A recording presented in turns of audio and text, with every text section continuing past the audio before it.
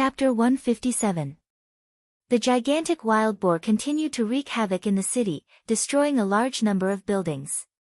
Erica jumped onto a building, and with a flash of light, a set of movement-like clothes replaced the red evening dress Erica wore before. Steel Lion and Lionheart King, please listen to the oath of Knight Erica Brantley.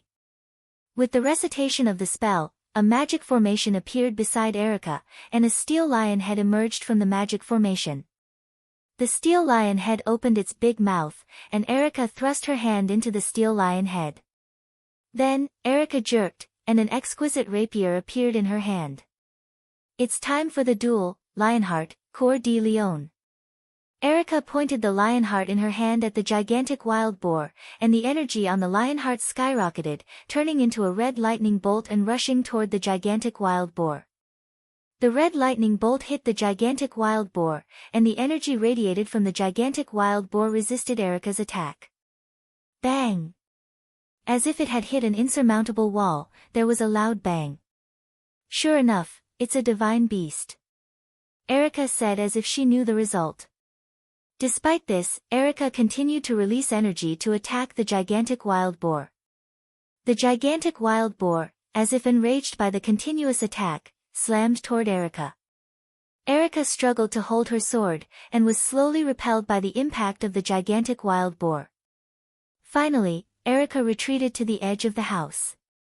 As if enraged by this little bug that could resist its attack, the gigantic wild boar suddenly slammed upward. The house Erica was in was instantly shattered, and Erica fell to the ground. At this moment, Wyrm rushed over and hugged Erica. Wyrm landed on the ground with ease. It's better to leave this kind of thing to a man, Wyrm said with a smile. Erica stared blankly at Wyrm, obviously unable to react. Wyrm put down Erica, and then rushed toward the gigantic wild boar. Wait! That's a divine beast, which ordinary magicians can't deal with. As soon as Erica finished speaking, she saw a scene that she couldn't believe. Wyrm jumped towards the giant wild boar and punched it. Boom! The giant wild boar was sent flying upwards. Erica looked at Wyrm in a daze, as if she were looking at a human-shaped dragon. It seemed that Erica was right, rumble.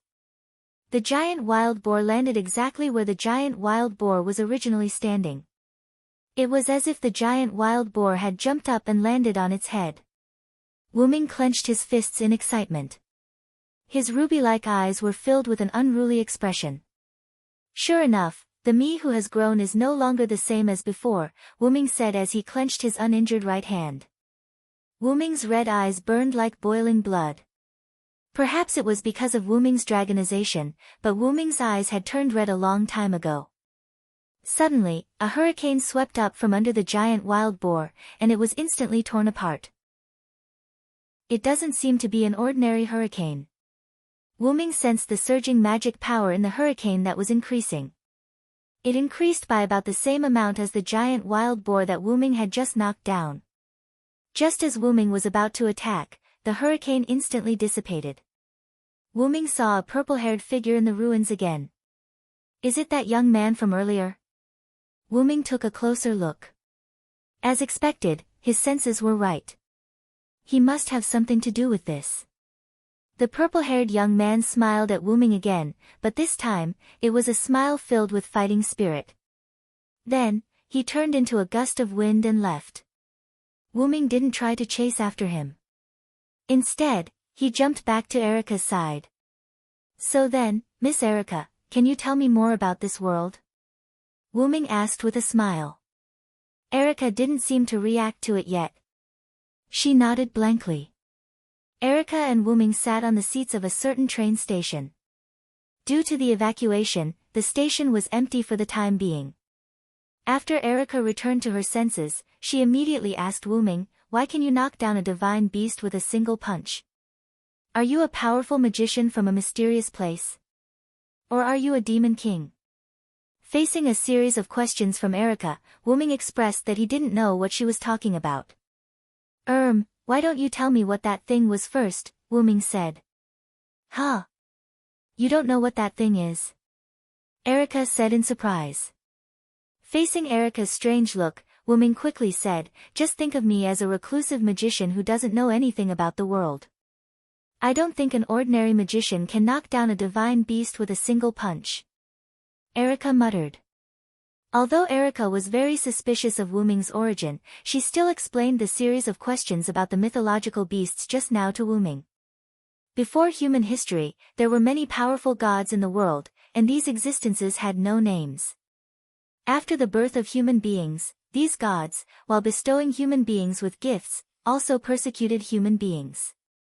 People were afraid of these gods, so they made up myths and gave these gods names. The gods with names were bound by the myths that people had made up and gradually entered the myths. They became the gods of the myths that steadily carried out their duties. However, there were also some gods who were unwilling to perform their duties. They appeared in the world and became the god of disobedience who disobeyed their own myths. For the damage caused by the god of disobedience, ordinary people who didn't know magic would only be told that it was a natural disaster.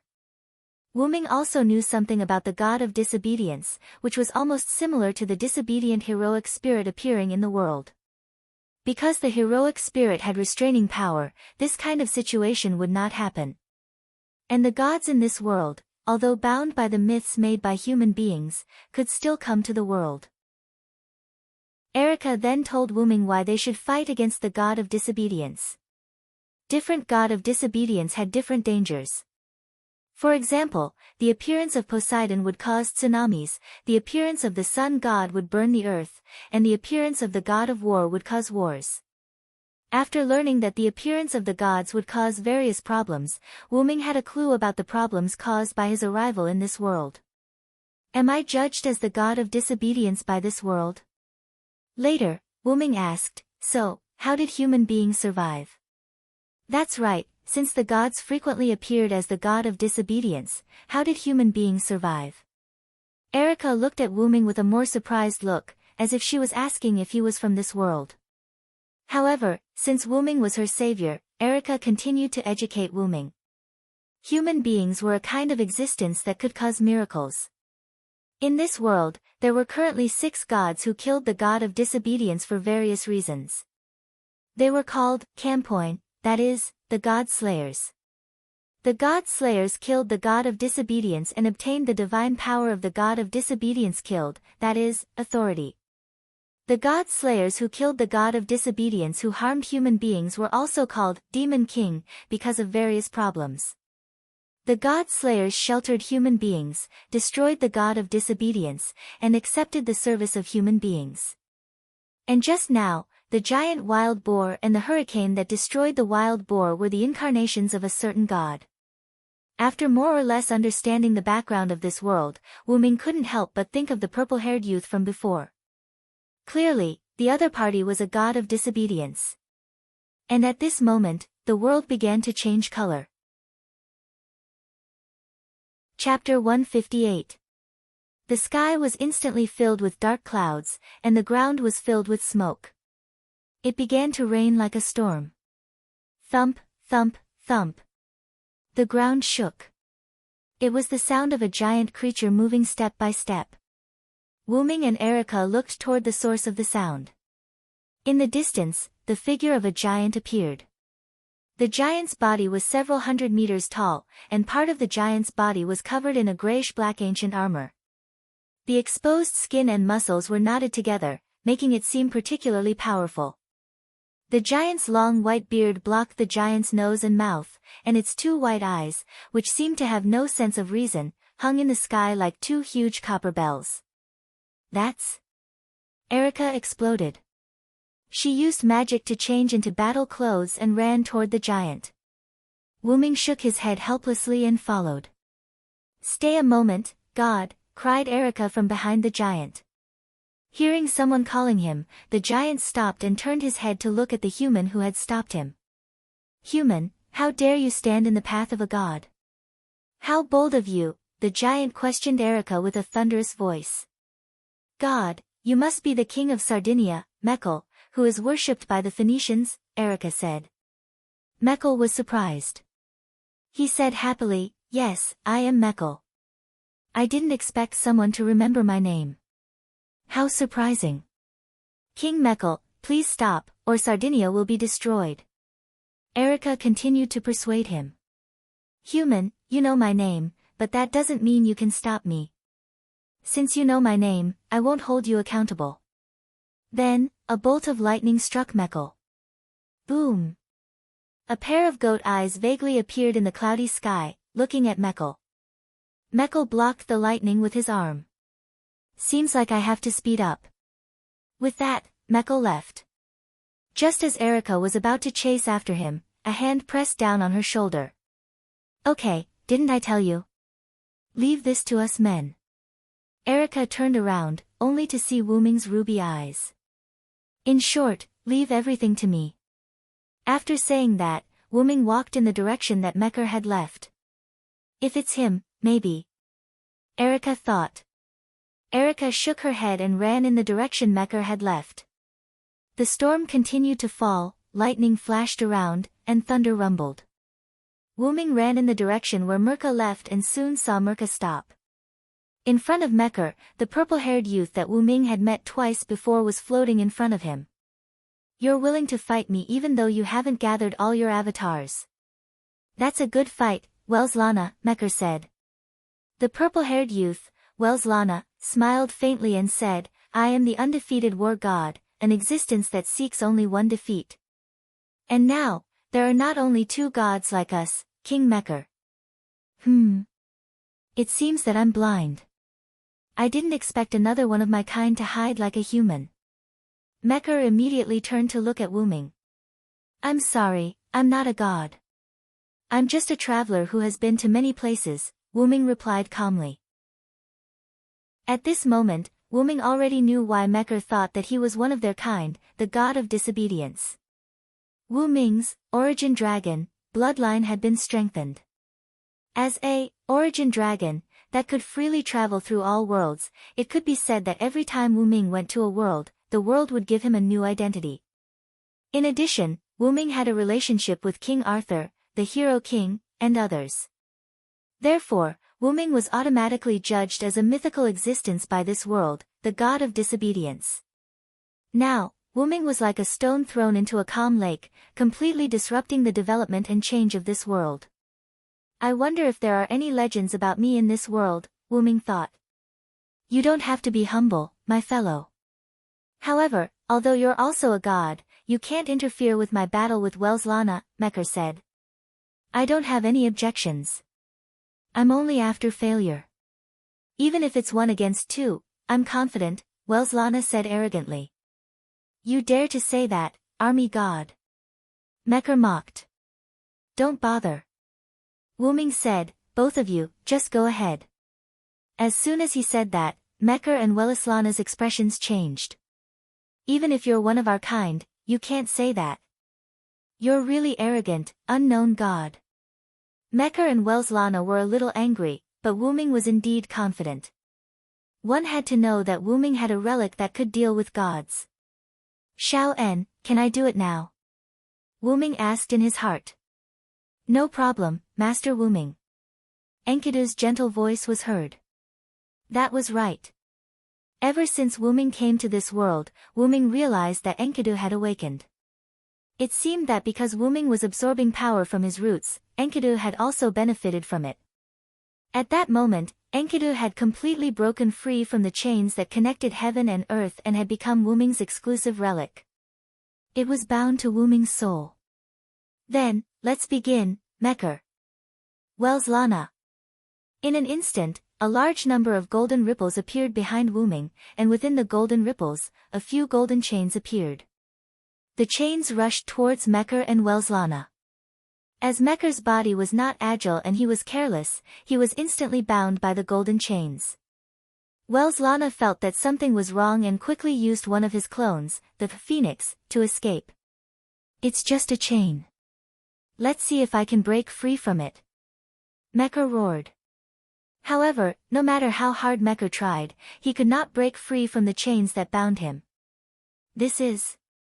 Could it be a relic? Welslana looked at the golden chains that were getting tighter and tighter, and said in shock. Take a guess. Wu Ming smiled. In an instant, Wuming's body shot towards Welslana. Welslana did not retreat and faced Wuming head-on. Humph. I'll be happy if you have a relic. It seems like I have a chance to taste defeat. Welslana wanted to taste defeat, but it was not a meaningless defeat. He wanted to fully enjoy the battle before he lost. Come on then, Welslana. Chapter 159. Wuming and Welslana each stretched out a hand and swung it at each other. Boom!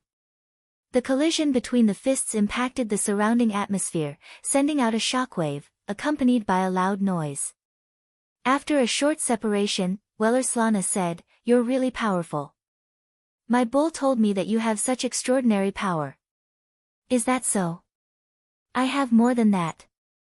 Wuming stretched out his hand, and in an instant, a giant black hole appeared in front of Welslana, and even the ground began to be sucked up by the black hole. Magic strength black hole. What? Welslana was sucked in by the black hole, but Welslana immediately activated his Phoenix mode and escaped from the black hole's suction. Magic strength black dragon thunder. In an instant, a black dragon-shaped lightning rushed toward Welslana. Don't underestimate me. Welslana exited his Phoenix mode and used his goat mode. In an instant, a large amount of lightning collided with Wuming's black lightning. Boom! The lightning exploded, and it made a deafening roar. Taking advantage of the collision between the two sides, Wuming raised his hand again. Magic strength, cardiac mastery. An invisible force spread to Welslana's body. Welslana spat out a mouthful of blood, and then the injury on his body instantly healed. That was the effect of his goat mode. The advanced spells Silent Ming used were all learned from the Nameless spellbook. They were all instant death spells, and they were strengthened by the strengthening spells he learned from the Nameless spellbook to increase their power. At this time, Meckel's voice came. Even if I'm bound, you can't underestimate me. Unforgivable. Meckel's body was covered with Enkidu, but even so, Meckel still had brute force. He used his body to hit Wuming. Flash! Wuming's figure instantly moved to the other side of Meckel. Before he could stabilize his body, Wuming suddenly turned his body to the side. A golden sword swept past Wuming's side, and it cut through Wuming's side waist, taking away a trace of flesh and blood from Wuming. This is a golden sword that can cut the godhead. Wuming covered his abdomen and frowned. Welslana looked at Wuming with the golden sword in his hand. For Wuming, who was known as the god of disobedience, it could be said to have high-level divinity. And that golden sword had the power to cut the godhead. In other words, Wuming was now naked in Welslana's eyes. That's right, unknown god, this is my trump card. But Wuming sneered at Welslana's words, and then said, but as far as I know, Welslana, the god of war, must know the opponent's ability to use this sword. For those who don't know my real name, this sword can only be used as a weapon that ignores defense. Ha ha ha ha. Isn't that a matter of course? Hiding one's name is also a means, it's great. An unknown god. Can you defeat me? Welslana began to shout excitedly. Then, as you wish. A pair of dragon horns appeared on Wuming's head, and Kalas said, Master, the analysis is complete. Well, look carefully, Welslana, this is your power. Create green item, advanced item creation. As the spell was recited, a golden sword appeared in Wuming's hand. This is... How is this possible? Welslana was in disbelief. That's right, Welslana, this is your golden sword that cut the godhead. Kalas, who had a wealth of knowledge, after knowing the real names of Meckel and Welslana, she began to infuse the knowledge of those two into Wuming's mind. After all, only by knowing yourself and your enemy can you win 100 battles. Originally, Wuming, who didn't have the feeling, couldn't create the golden sword with create great item. However, Welslana used the golden sword to cut Wuming, and Wuming perceived the structure of this weapon. As the masterpiece of the Gemstone Master, Kalas was a completely support-type magic attire, and had even turned into a silent noble artifact. It was completely possible to analyze the ability of the golden sword of Welslana. With all the buffs, and with the knowledge of this sword in Wuming's mind, Wuming successfully created Welslana's golden sword that cut the godhead. It's useless. Even if you created my sword, it's still a fake. Welslana said. Is that so? Then give it a try, Welslana. Wuming waved his hand forward, and several similar golden swords appeared beside Wuming. Welslana, as the undefeated god of war, you have 10 incarnations: strong wind, bull, white horse, camel, wild boar, youth, phoenix, ram, goat, and human warrior with a golden sword. The golden sword began to split, and more golden swords appeared. Legend has it that Welslana is also the guardian of the god of light, Mitra. Mitra is the incarnation of the sun, so Welslana is also related to the sun. Your name is Welslana, and you are also the god of conquest who is closely related to Hercules. Soon, a large number of golden swords appeared around Welslana, and the entire sky turned into a golden sword territory. At this moment, Welslana was trapped in the golden sword territory and could not escape. In West Asia, you are known as the guardian of light, and you have the same origin as Indra, the Thunder Emperor of India. You once appeared in Avesta as an eagle and were described as the symbol of royalty. Welslana is not only the god of victory, but also the guardian of royalty and the people. Therefore, the golden swords were all pointed at Welslana. Welslana is only your Greek name, and your real name is Bahram. Therefore, the golden swords stabbed at Welslana. Puchi, Welslana was pierced by a large number of golden swords, but he was still smiling. Is this the feeling of being defeated? It's not bad. Welslana smiled. I will come for you next time. You can't be defeated by others before I am resurrected, unknown god. Welslana disappeared with a satisfied expression.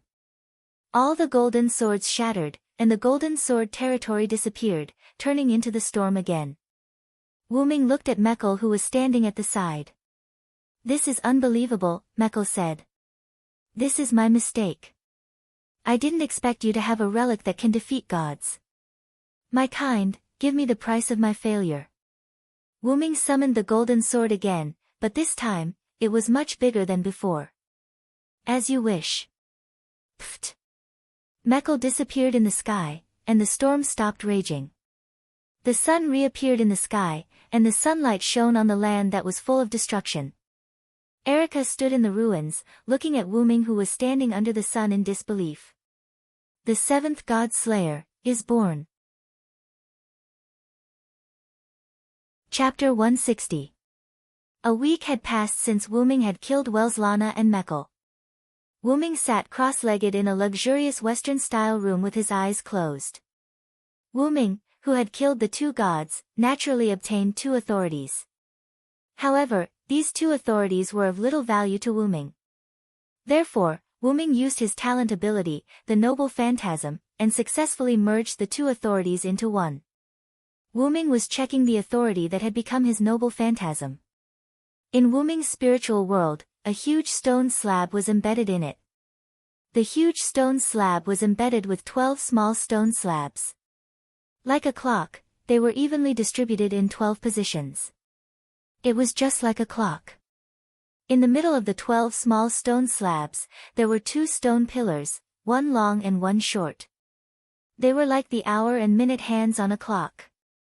Dragon Seed, Giant, Warrior, Storm, Annihilation, Flood, Vitality, Kin, Thunder God, Phoenix, Sun, Magician.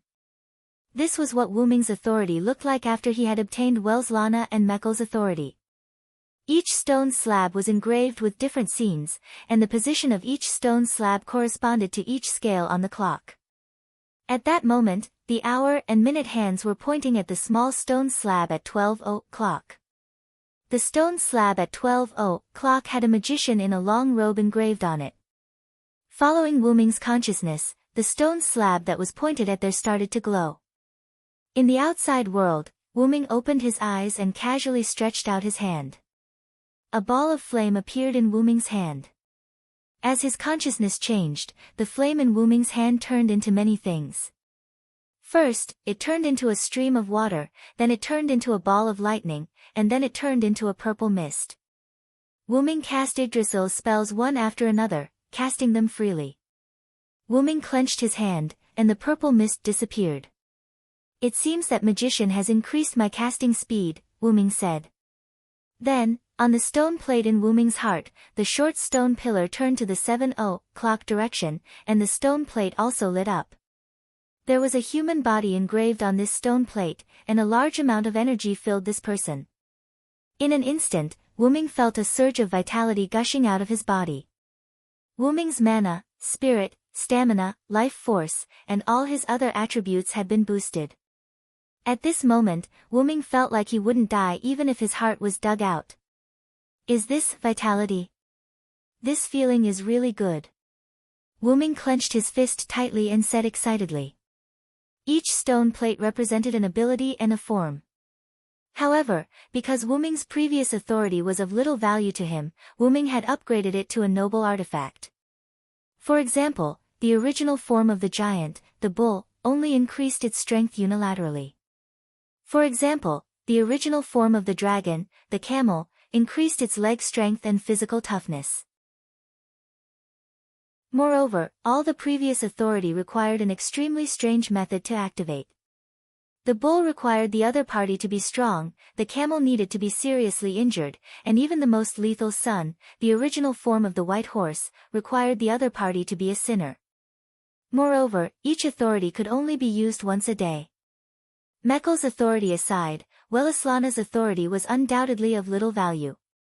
After Wellislana's authority and Mekkel's authority merged and upgraded into Wu Ming's own noble artifact, Wu Ming completely mastered the authority that was upgraded into a noble artifact. There were no harsh conditions to use it, no useless abilities, and no restrictions to use it. It could be said that any one of the authority could be considered a separate authority. The only flaw was that Wu Ming couldn't use 3 or more authority at the same time.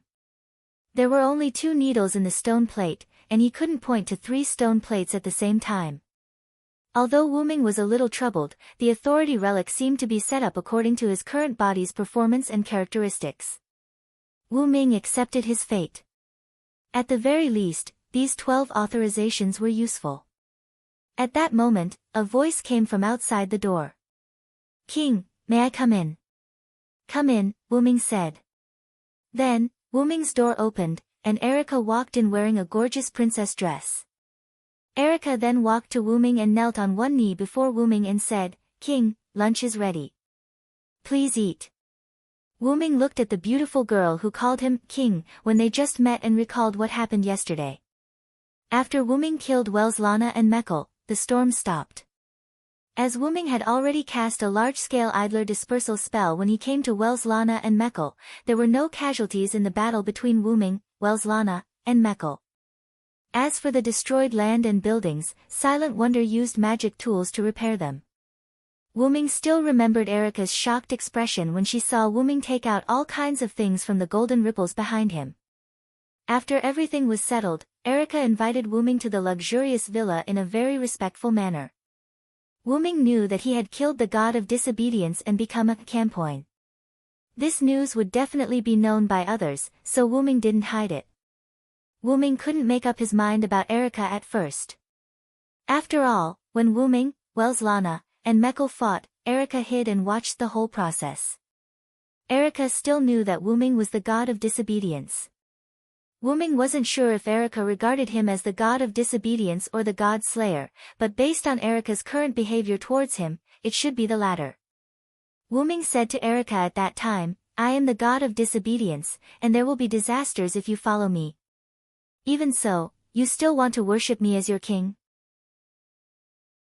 Erica, on the other hand, knelt on one knee, looked up at Wu Ming with a smile, and said, "I discovered that someone set up a trap to disperse the idlers.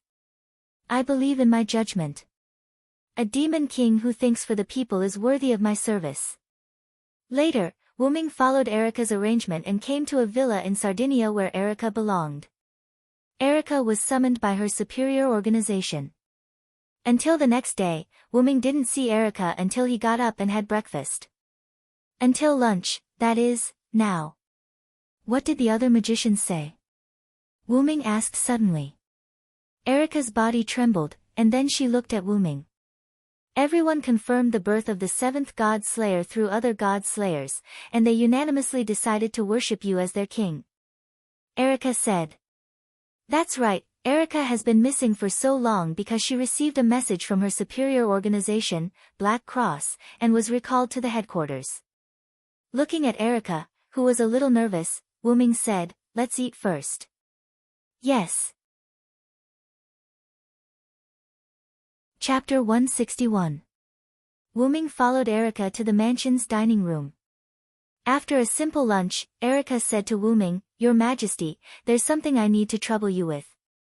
Looking at Erica kneeling on one knee and lowering her head, Wyrm walked to Erica and held her shoulder. I don't need to bow and scrape, and there's no need to call me Your Majesty, just call me Wyrm. Yes, Lord Wyrm. As a king, Wyrm's words were irrefutable. Erica accepted Wyrm's order. Wyrm looked at Erica and continued to ask, So, what's the matter, Erica? Erica stood up and said to Wyrm, Here's the thing, the general of the magic organization I belong to, Red Copper Black Cross, wants to meet you with the higher-ups. Wyrm immediately said impatiently, If it's the general, it's okay, but the others don't. Huh? Erica didn't expect Wyrm to refuse so quickly. I know the general of Red Copper Black Cross. That's your uncle, Paul Brantley, right? I've seen his deeds from the information you provided. Wyrm was not idle these days. He asked Erica to provide him with the information about European magic. Erica naturally found a lot of information and put it all in the study room, and all the information was recorded by Collis. Then Wyrm continued. Forget about the others, it's nothing more than seeing my power. This kind of thing is fine, even if you don't recognize me, it doesn't matter. Wyrm said casually. Your Majesty, please think twice, if they don't see you, they won't feel at ease. Erica said. Looking at Erica, who knelt on one knee again, Wyrm stroked his forehead helplessly. All right, I got it. Let's just meet. Also, didn't I say that you can just call me by my name? Yes, Wyrm-sama. Later, Wyrm followed Erica to a sparsely populated place in Sardinia. Then, a few figures walked out. The leader of the group was an uncle full of youthful vitality. His upright face and intellectual temperament made Wyrm take a second look at him. Nice to meet you, King of Disobedience, I'm Paul Brantley, the General of Red Copper Black Cross. Paul bowed and said respectfully. Hello, Mr. Paul, since you call me King of Disobedience, you must know my identity. Wyrm said casually with his hands in his trousers pockets. Of course, Your Majesty, please don't blame Erica, this has nothing to do with Erica. This is because the Magic Association detected 3 types of divine power when we examined the battlefield between you and Welslana and Meckel. Based on Erica's partial report, we determined that you are a disobedient person. Paul said.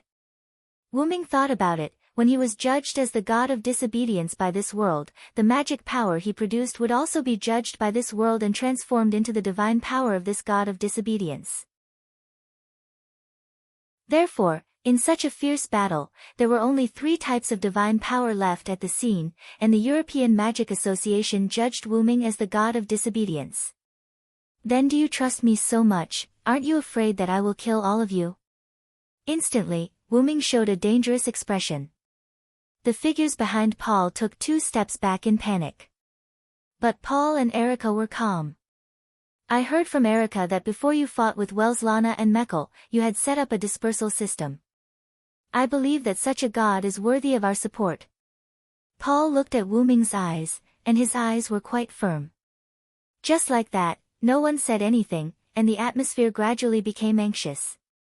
Suddenly, Wyrm smiled.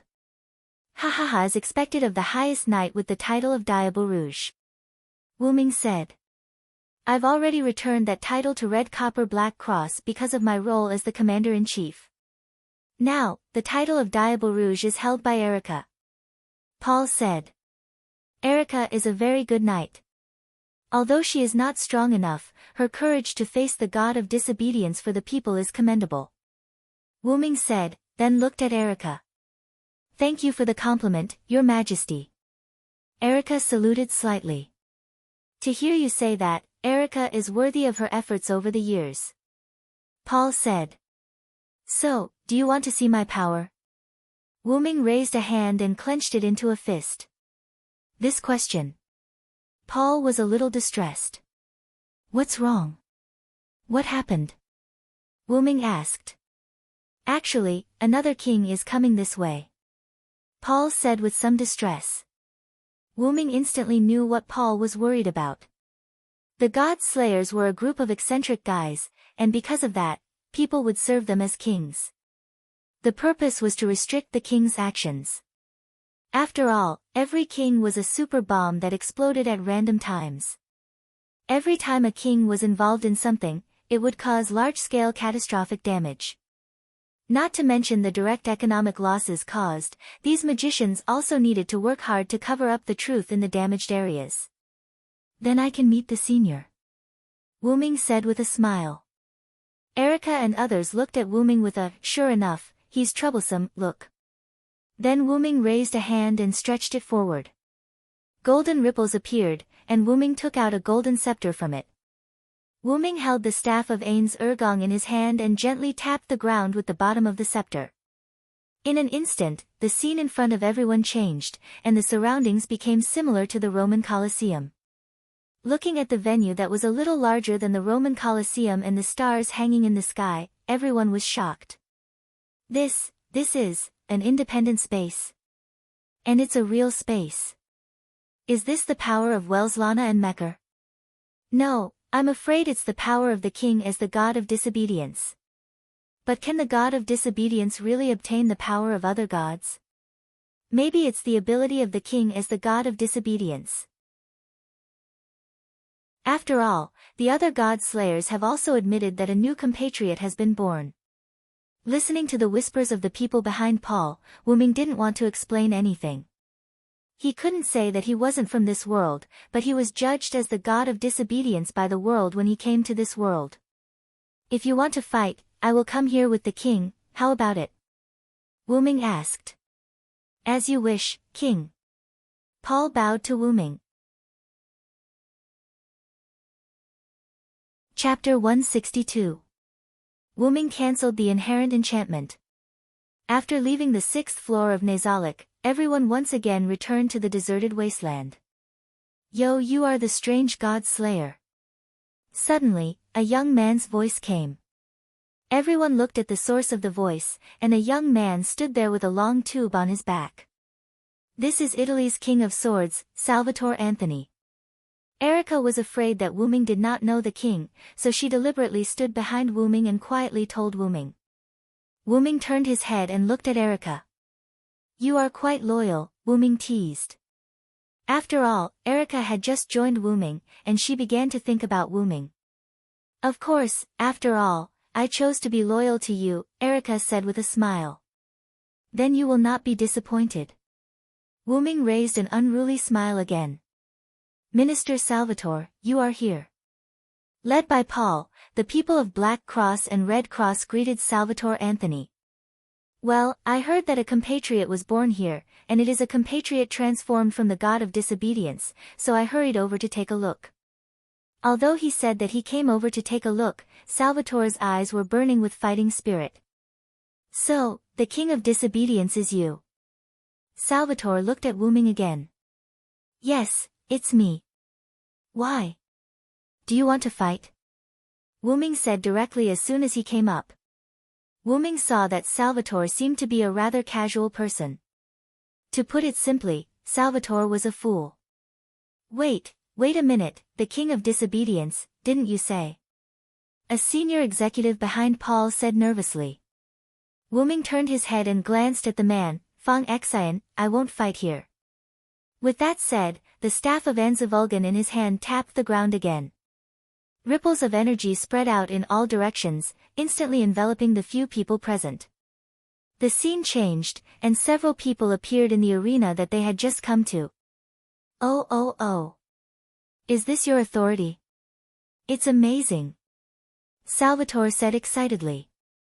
Wyrm placed the staff of Anziergen into the golden ripples that appeared behind him and said to Salvatore, "This is the place where I used to live. How is it? Not bad, right? It's more than that. It's so cool." Salvatore shouted. "It's not just here. There's a vast forest outside. If it's not enough, we can go outside," Wyrm said as he pointed at the door at the edge of the arena. "No, this is enough." With that, Salvatore took out a sword from the long tube behind him. Wyrm gestured for Erica to bring the others to the auditorium. For a moment, only Wyrm and Salvatore were left in the huge arena. Wyrm looked at Salvatore, who was holding the sword, and looked at it carefully. This was a knight's sword without any special characteristics, but Wyrm could feel pressure from it. "So, let's get started." As Wyrm's words fell, Salvatore activated the power of the word spirit. "Swear the oath here. I won't allow anything that I can't cut to exist. And this sword is an invincible blade that can cut and cut everything on the ground." In an instant, Salvatore's arm turned into a silver metal arm. At this time, even Wyrm felt a great sense of crisis. "You must not be cut." This was Wyrm's instinctive thought. "I am the strongest. I will capture all the victors. Humans and demons, all enemies. I will defeat all hostile people. That is why I shall destroy all enemies that stand in my way." Wyrm also chanted the words of the authority activation. "It's time. Wyrm." After speaking, Salvatore instantly rushed at Wyrm and slashed with his sword. Wyrm quickly moved his body and dodged the blow. Boom! The ground was instantly cut like tofu. "I am the strongest, and I hold all the victories in my hands. Be it human or demon, I'm the one who will defeat any enemy that stands in my way. I will destroy any enemy that stands in my way. Giant with supreme divine power, give me your help." The long pointer on the slate in Wyrm's heart pointed to the 2 o'clock direction, and the slate depicting the giant that supported the sky glowed. As the giant spirit chanted, Wyrm's body was covered with a golden phantom. As if he had tens of thousands of tons of divine power, Wyrm suddenly punched at Salvatore. Boom! Salvatore dodged the punch and hit the ground of the arena. Gravel splashed, and the ground of the entire arena was instantly smashed into a spider web. "What an outstanding power," Paul exclaimed in the audience. "This is Sir Wyrm's giant incarnation. It is the result of the combination of Welislana's authority and Mecker's authority," Erica explained. Knowing that there would be an official magic association to name the Godslayer's authority, Wyrm had already told Erica the name of his authority. Wyrm didn't want to get any strange names. "Hey! If this hits me, it's not a joke." Despite saying so, Salvatore smiled. "Your sword is not a joke either," Wyrm replied. At this moment, Wyrm had an excited smile on his face. Wyrm now knew why the Godslayer was called the Demon King and the Problem Child. Although the Godslayer was still human, its essence had changed. It was like a beast. Even the most gentle Godslayer would fight. Once the battle started, the Godslayer would ignore the surroundings and act completely according to his heart. With such a time bomb, it was no wonder that the magicians were in awe of the Godslayer.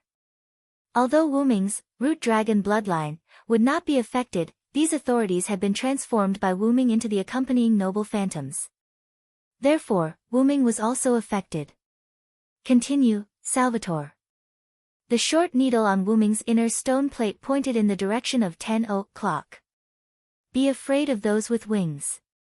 Evil people and powerful people are afraid of me with wings. My wings will bring you a curse. Evil people can't hit me."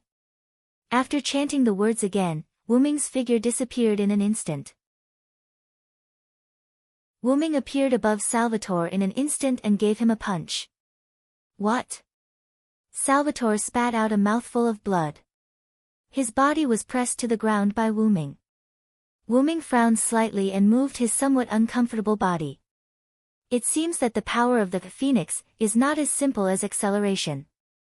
After all, for Wyrm, a simple acceleration could not make his strengthened body feel uncomfortable. Afterward, Wyrm looked at Salvatore, who had spat out a lot of blood, and asked, "So, do you want to continue, King of Swords?" Chapter 163. The next day, Wyrm started breakfast under Erica's greeting. Because of Wyrm's special permission, and Erica was not a superficial person, the two naturally ate at the same table. Then, because of the strange atmosphere, Wyrm couldn't help but ask, "Erica, why are you looking at me all the time?" Wyrm looked at Erica's sapphire-like pupils. "I can't help it. Although I also thought that you, Wyrm, could defeat Salvatore, I didn't expect you to defeat him so easily and even knock him unconscious."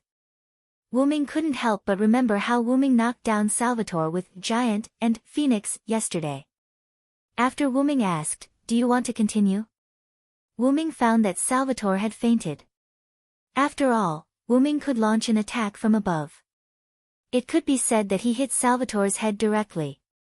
Even the God Slayer could not remain conscious after being hit in the head with tens of thousands of tons of force. Wyrm lifted the inherent enchantment, and then a person who claimed to be Salvatore's attendant appeared. Erica told Wyrm that this was Andre Rivera, Salvatore's confidant. He had the power of a Grand Knight and was the only existence who could rebuke Salvatore. In the information provided by Erica, Salvatore had the title of Deacon Wang in the industry. It could be said that without Andre, Salvatore could only be a warrior instead of the leader of the Southern European Magic Association Alliance. After Andre left the words, "Sorry to bother you, King of Disobedience. He will be fine in 2 days." "Don't worry," Andre took Salvatore away. Shaking his head, Wyrm looked at Erica, who was still looking at him. "You seem to think that I defeated Salvatore very easily, but it's not that simple." Wyrm put down the knife and fork and wiped the corners of his mouth. "The reason why I can easily defeat Salvatore is that the other party doesn't know my authority, and the other is that I directly knocked him out." "Well, actually, the latter part was the main point. But you did win the battle with Salvatore," Erica said with a smile. "People often don't care about the process, but the result. What's more, the competition before the God Slayers. Please remember this, Lord Wyrm." Erica was right. Wyrm also knew that sometimes the result was often more important than the process, but it did not mean that he could be arrogant just because he won against Salvatore. The point is to take him by surprise. There is nothing to say.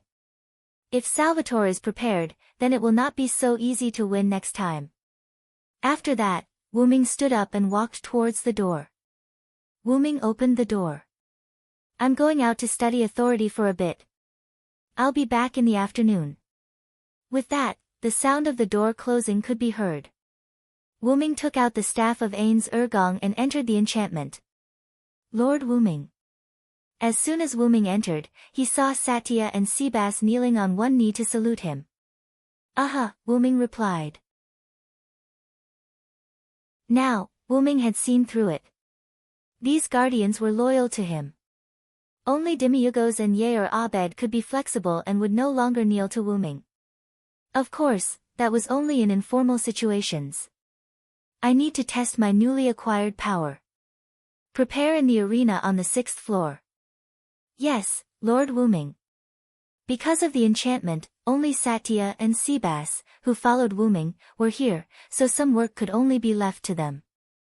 Soon, Wyrm came to the arena. "I am the strongest, the one who holds all victory in my hands. No matter if it's a human or a demon, I will defeat any enemy that stands in my way. Giant with unparalleled divine power, give me your aid." As the words were spoken, the long needle on the stone plate of authority pointed at 2:00. Instantly, Wyrm's surroundings changed. A large amount of golden energy continuously surged out of Wyrm's body, forming a tall energy giant. The appearance of the energy giant could not be seen clearly, as if it had been pixelated. The giant's muscles were ligated, and only the lower half of its body was covered by a golden energy battle skirt. The rest of its body was naked. Wyrm floated in the head of the energy giant and looked down. So that's how to use the giant incarnation. Then, Wyrm continued to chant. All evildoers, be afraid of my power. Now, I will have the majesty of 10 mountains, the power of 100 rivers, and the strength of 1,000 dragons. The majestic me will raise the mark of a fierce dragon. The short needle on the stone plate pointed at 1 o'clock. Instantly, the golden energy giant that enveloped Wyrm changed. A long dragon tail grew out from behind him, and golden energy dragon scales were densely arranged on the giant's naked skin.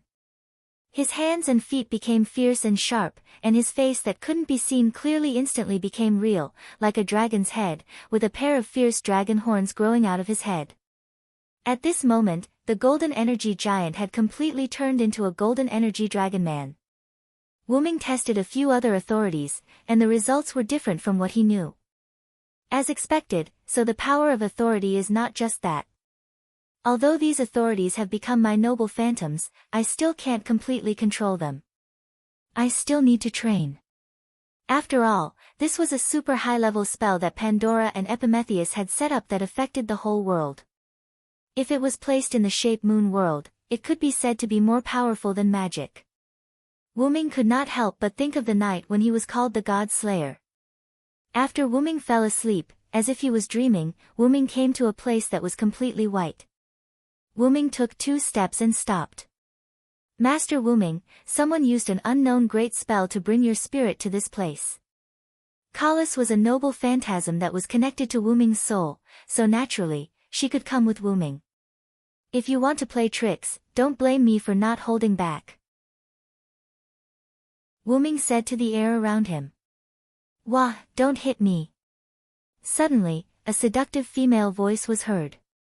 Wyrm turned his head and saw a cute loli with a child's face and body. Her purple waist-length hair was tied into 2 ponytails with a white hairband behind her back. The accessories on her ears were slightly large purple ball-shaped pendants. Although she did not have a figure at all, she was still wearing a thin white low-cut dress. Even so, she was still very seductive. Wyrm had never seen a woman with such charm. Wyrm guessed that other than Ishtar whom he met at Mount Abif, no one else could be compared to her. Come, little Wyrm, I'm your mother. The little loli opened her arms and hugged Wyrm. No. Wyrm pushed her head away. Because of her figure, the little loli's hands could not touch Wyrm's body. Then, the little loli looked at Wyrm with a heartbroken expression. I'm so sad that you treat your mother like this. Sob, sob, Wyrm was a little helpless. If you want to sob, you don't have to say it out loud. Then, little Wyrm, can you call me mother? The little loli looked at Wyrm with an expectant expression. Wyrm did not care about the topic and asked directly, who are you? Chapter 164. At this time, the purple-haired little loli also became serious. I'm Pandora, Pandora. Wyrm said while rubbing his chin. Let's just say that Wyrm's Nathalikri's Pandora had nothing to do with this. Wyrm naturally knew of Pandora, who asked Pandora to be so famous. In Greek mythology, in order to punish the humans who were given fire by Prometheus, the god specifically ordered Hephaestus, the god of fire, to use the goddess as the foundation of water and earth to create a beautiful woman. This woman's name was Pandora. Every god gave Pandora something, causing Pandora to become a perfect woman. The gods married her to Epimetheus, the younger brother of Prometheus. Then, the gods gave Pandora a box. Driven by curiosity, Pandora opened Pandora's box, which released disasters, plagues, and scourges. Although Pandora closed the box in time, the disasters, plagues, and scourges had already escaped. Only the hope given by Athena remained. Then, what were your thoughts when you created the god slayer, Pandora? Wyrm looked at Pandora fiercely and directly began to question Pandora. Pandora was stunned for a moment, then her eyes turned red, tears flowed down, and she began to cry. Wah, looking at Pandora who began to cry, Wuming was a little panicked. Wuming wanted to directly question Pandora, but Wuming did not expect Pandora to cry like this. Wuming, who had never made a girl cry, was at a loss. Then, Wuming could only copy the way he comforted Mayu, hugging Pandora in his arms and stroking her head. Sorry, I was too serious. I apologize, please forgive me. Wuming looked at Pandora rather sincerely. Pandora also looked at Wuming with tears in her eyes. Then, Pandora somewhat choked and asked, Really? Yes, I'm sorry, it's my fault, please forgive me. Wuming hurriedly apologized again.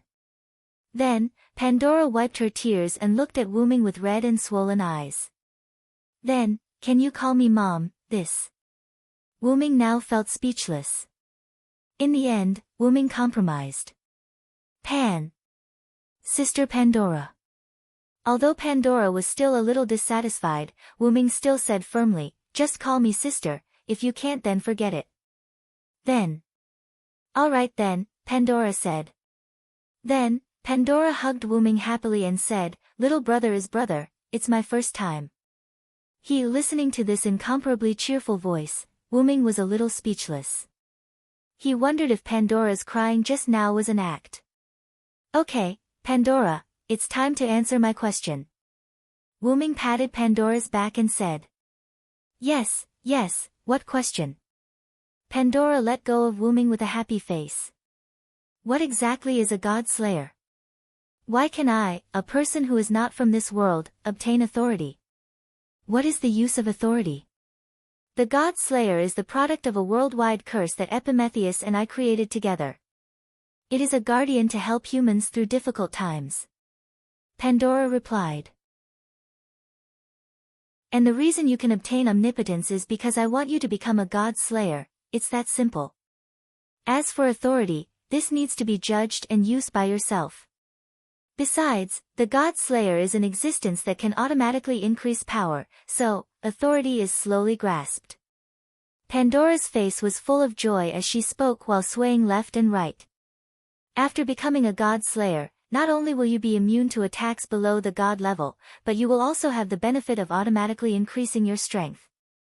As long as you fight, your strength will rapidly increase. Then, Pandora touched Wuming's cheek and said, as long as you fight, you will definitely become stronger. Even an ordinary person without any fighting strength will have the will to fight the moment they become a god slayer. You have to cherish this authority well. In order to instill the power of the god slayer into you, I spent a lot of effort. Then, Wuming's consciousness was sent back to his body. Until now. Wuming removed the authority, and the light of the stone plate dimmed. What an irresponsible sister, I haven't finished asking. Then, Wuming looked at Sebastian and Zaisha standing beside him and said, you have adapted to the authority. I've more or less adapted to my authority. Sebastian, Zaisha, come with me. Yes, Lord Wuming. Yes, Lord Wuming. In the outside world, Wuming suddenly appeared somewhere with Sebastian and Zaisha. Zaisha, Wuming suddenly said. Yes, Lord Wuming. Zaisha walked to Wuming's side with a charming expression. I have a mission for you, Wuming said to Zaisha. Then, Wuming had Zaisha lean over, and Wuming read the mission to her. Yes, Lord Wuming. This subordinate will not let you down. Because Wuming's breath touched Zaisha's ear when he spoke, her face was flushed, and she spoke with a trembling voice like a young girl in love. Wuming smiled helplessly. I thought that after the sublimation of her origin, Zaisha wouldn't be so. Her personality wouldn't change. Remember, don't kill anyone if you can. Although your weakness has been uprooted, it's still best not to cause trouble. Yes, I understand, Lord Wuming. Zaisha bowed, then turned into a black shadow and left. Sebastian. Wuming looked at Sebastian.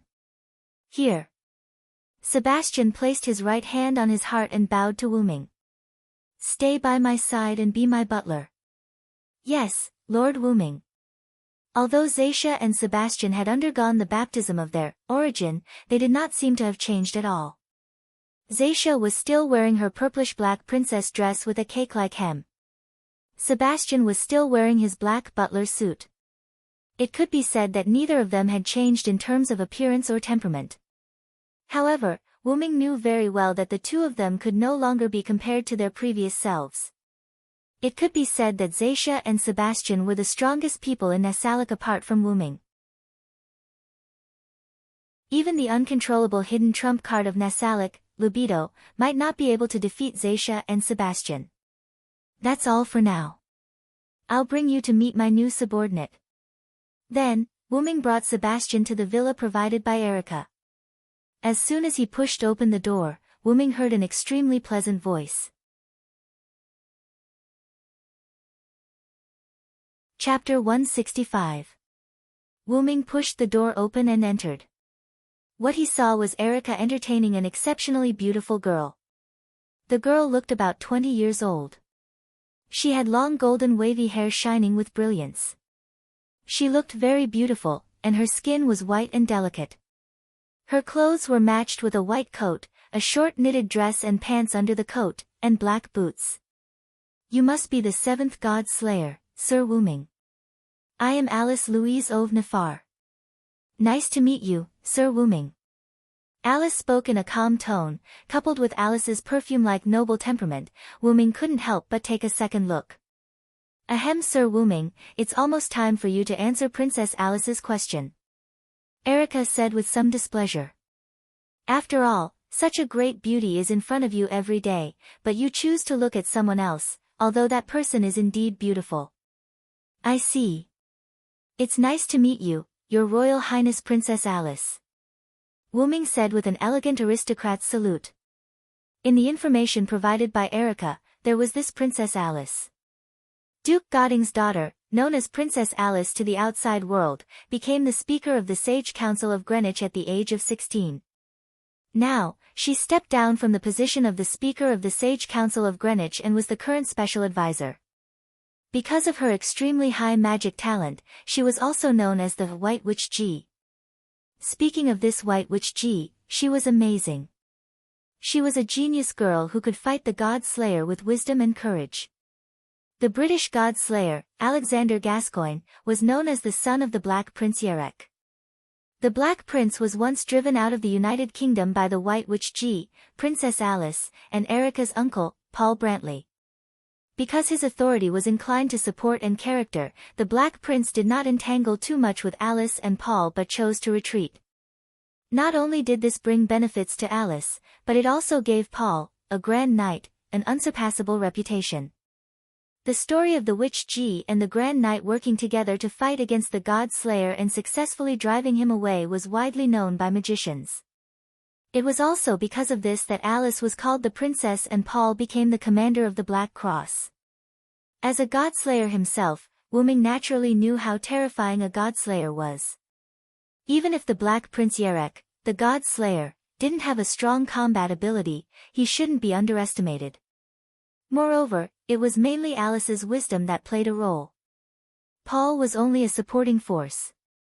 To be able to use her wits and the power of a Grand Knight to chase away a Godslayer was already a testament to Alice's shocking intelligence. Coupled with her heaven-shaking beauty, Wyrm couldn't help but look at her in a new light. So, what is Princess Alice doing here? Wyrm began to ask Alice, going straight to the point. At this point, Alice felt a little awkward. Actually, I'm here to stop your duel with the Sword King. Alice received news that the seventh king had been born in Italy. Soon after, Alice received news that the Sword King was on his way to Italy. Moreover, the seventh king still stayed in Italy and did not leave. Alice, who had super high wisdom, immediately figured out why the other party was in a hurry to Italy. With Alice's understanding of the stupid Sword King, he must have gone to spar with the new king. Moreover, when Alice was about to use Ghost Body to go to Italy, she was discovered by her housekeeper and nanny, Erickson. So, under Erickson's strong opposition and physical control, Alice was kept in the United Kingdom. Although it's a little late, I still want to thank you for not causing irreparable damage to the surroundings because of your duel with Salvatore. Alice said with a slight smile. The news that the King of Disobedience Wyrm and the Sword King Salvatore Tony had a duel in the King of Disobedience's own barrier and one spread like wildfire. The news was spread by the magicians of the Black Cross, and it seemed that the Sword King also intended to do so. In short, because of the indulgent behavior of the Sword King, magicians all over the world knew that the new king defeated the Sword King. This made Princess Alice, who had just arrived in Italy and Europe from the United Kingdom, very helpless. With the idea that she had already come out, in fact, she was tired of staying at home, and Alice also wanted to see the new king, so the scene of Erica entertaining Princess Alice appeared.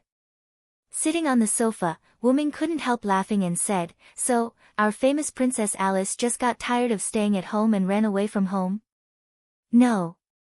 I didn't run away from home, it's just that Ericsson is too strict and keeps me in the house," Alice said with a little blush. In this regard, Wyrm just smiled. "Well, since you are out, please enjoy the outside world. I will let Erica follow you," Wyrm said. Erica asked Wyrm in confusion, then, "May I ask who this old man is, Wyrm?" In these days of living with Wyrm, Erica had almost figured out Wyrm. It could be said that if she wasn't very sure that Wyrm was indeed a god-slayer, Erica wouldn't believe that the new king had such a good temper. The new king didn't mind at all if she called him by his name.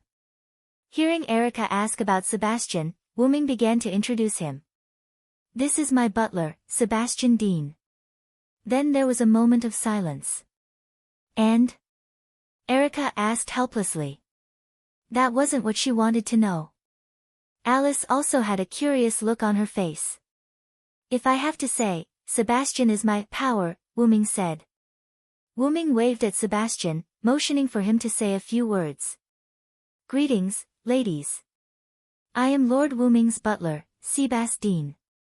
Please advise me." Sebastian put his right hand on his heart, and his left hand was close to his trousers, and bowed slightly with a serious face. "Speaking of which, I remember that one also has this kind of tamed monster power," Alice suddenly said. "You must be referring to the Queen of the Faceless, the daughter of the Black Prince Yarek," Erica said. Wyrm also remembered the power recorded in Black Prince Yarek's information. The ability to summon Melusin, the legendary two-tailed mermaid and half-human half-snake goddess, as a tamed monster. The summoned Melusin had her own consciousness because of the goddess herself, so she had high wisdom. That was undoubtedly what Sebastian wanted. Chapter 166. Thinking of this, Wyrm shook his head and said, "Even so, Sebastian is not a familiar." After looking at Erica, Wyrm looked at Alice and continued.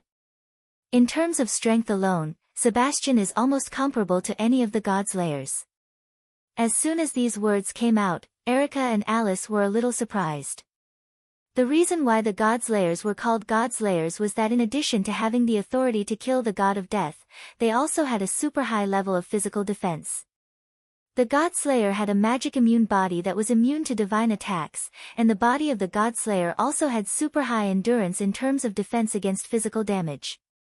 At the very least, they would not be injured under a series of conditions that were fatal to humans, such as being stabbed with a knife and jumping down from a high-rise building.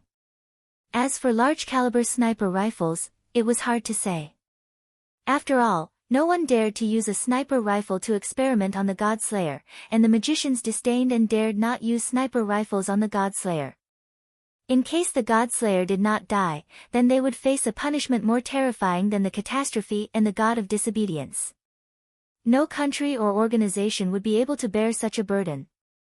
When the Far East Island invaded China in the mid-19th century, they contradicted the second God-Slayer, the Wuxia King of China, Luo Hao. As a result, the Wuxia King single-handedly attacked their home base, grabbed their official government leaders, and directly caused the failure of the invasion war. At that time, they used the top magic weapons at that time, and the power of the entire country could not stop a God-Slayer. Since then, no one had underestimated the God-Slayer. Even the kindest Madame Aisha, who did not want to fight, could not be underestimated. This was because the God-slayer had the power to cause trouble. Once he caused trouble, it would be as troublesome as several God-slayers combined. Alice and Paul could join forces to repel the God-slayer, Black Prince Yarek. Firstly, the series of events that Black Prince Yarek had done were too excessive, causing the dissatisfaction of almost all the magicians in Europe. Secondly, Yarek claimed that he was different from other God-slayers and was a person who fought with his brain. In addition, he lost to Alice in wisdom, which led to Black Prince Yarek's departure. It could be said that if Yarek really wanted to deal with Alice and the others, he would do it even if it was troublesome. It could only be said that Alice had already figured out the Black Prince's personality. She knew that if she could outsmart him, he would not continue to pester her for the sake of his dignity. If it had been any other God-slayer, they would have charged at Alice with their own power, even if they had lost in terms of intelligence. Sir Wuming, you are exaggerating. Sebastian bowed to Wuming. Wuming had told Sebastian and Sebastian about this world when they were practicing their authority in the underground tomb of Nassarik, so Sebastian knew about the god of disobedience and the God-slayer in this world. Don't underestimate yourself, Sebastian. Wuming looked at the humble Sebastian and continued, you should know that you are now my subordinate god. Even if you can't defeat me, you might still be able to win against someone who can't restrain you. Wuming was right. After the baptism of Origin, Sebastian could now become a dragon. Not only that, but he was also a dragon close to Wuming, which contained a trace of the power of Origin. As long as it was not the kind of authority that could slay a dragon, basically no one could kill Sebastian, who had a strong body. Speaking of dragon attributes, Wuming's attributes had to be talked about. Without the dragon attribute added by the servant, Wuming's Origin, dragon bloodline was no longer a dragon attribute. The Origin, dragon was just an addition of the word dragon to its appearance and name. As a creature born from the world's origin, how could there be any power that could restrain it? Therefore, the Origin, dragon itself was Wuming's greatest advantage, a strong body that surpassed everything else, adaptability from all time and space, and no creature or device that could restrain it. If one had to say, the black mud with the smell of Wuming's hometown that restrained Wuming was the weapon that restrained Wuming. You're right, Lord Wuming. I was stupid, Sebastian said. Wuming waved his hand and said, it's not your fault. After all, you just obtained this power. You can feel it after using it once. Forget it, Sebastian. Go and prepare dinner, Wuming said with a headache. Yes, Lord Wuming. Sebastian left. Then, Wuming looked at Alice and Erica with a look of disdain. This is really troublesome. Anyway, you can think of Sebastian's origin however you want. You can think of him as my subordinate god or as my power. That's it, Wuming said with a little temper. Then, he leaned back on the sofa. Erica and Alice looked at each other, and then they both smiled.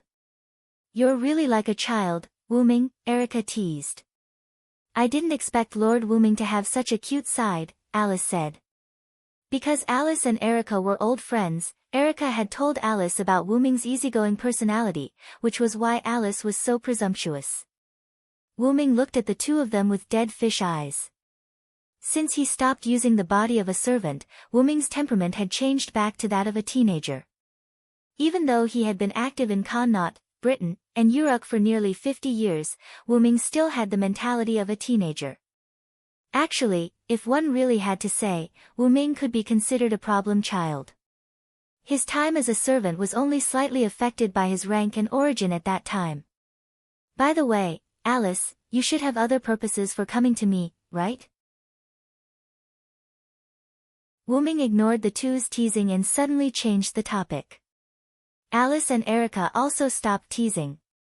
Then, Alice said to Wuming, Wuming, Sama, do you know about Gorgon's stone? Gorgon's stone? Wuming muttered. Then Wuming asked, is it the Gorgon in Greek mythology? Yes. Alice said, then looked at Erica, motioning Erica to answer for her. Erica nodded and said, this is the case, Wuming, Alice once made a prophecy about Gorgon's stone, and the result was not good. When there is no moon and stars, darkness will cover the earth. At that time, human beings will not be able to survive, Erica said. Alice is a witch with the ability of spirit vision. Her prophecies have never failed. Wyrm sneered at that. So, how about I break the prophecy this time?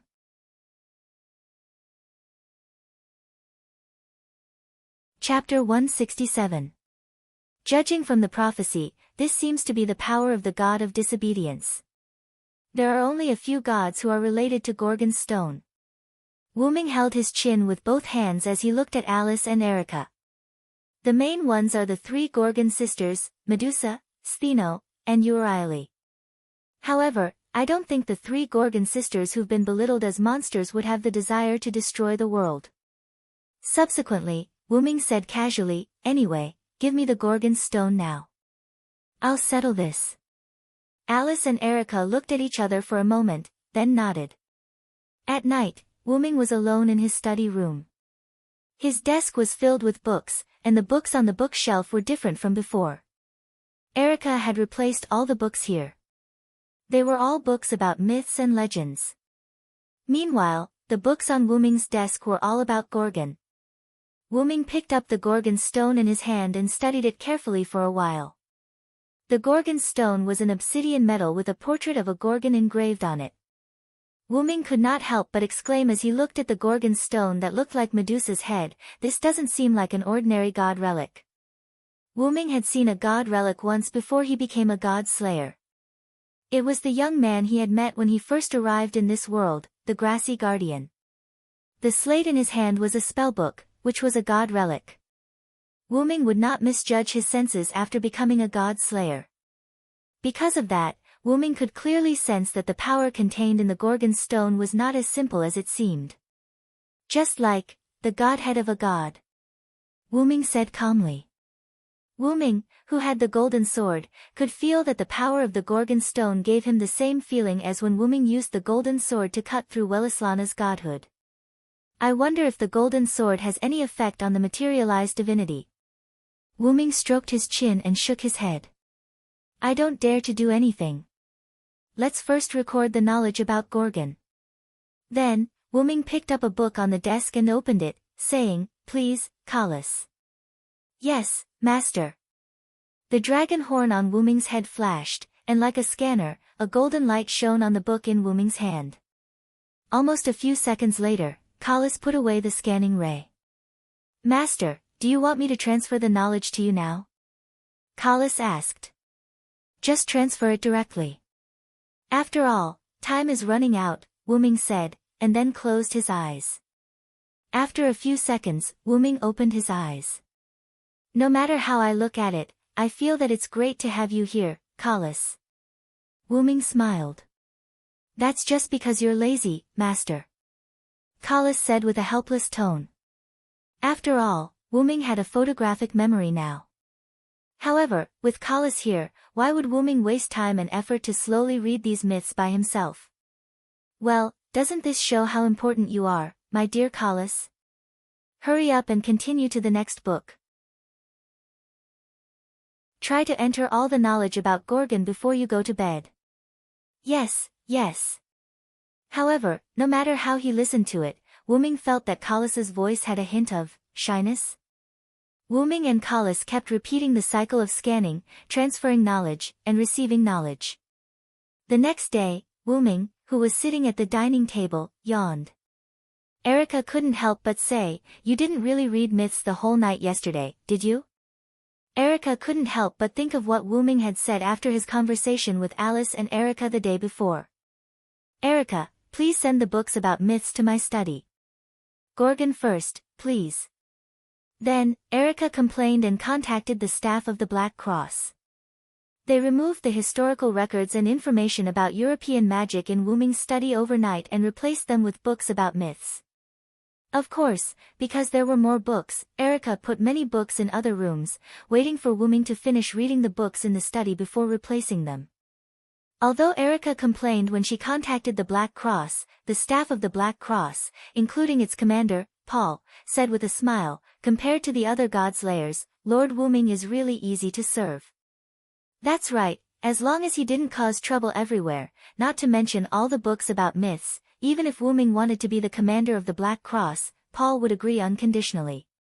When Wuming learned these words from Erica, Wuming's expression was quite strange.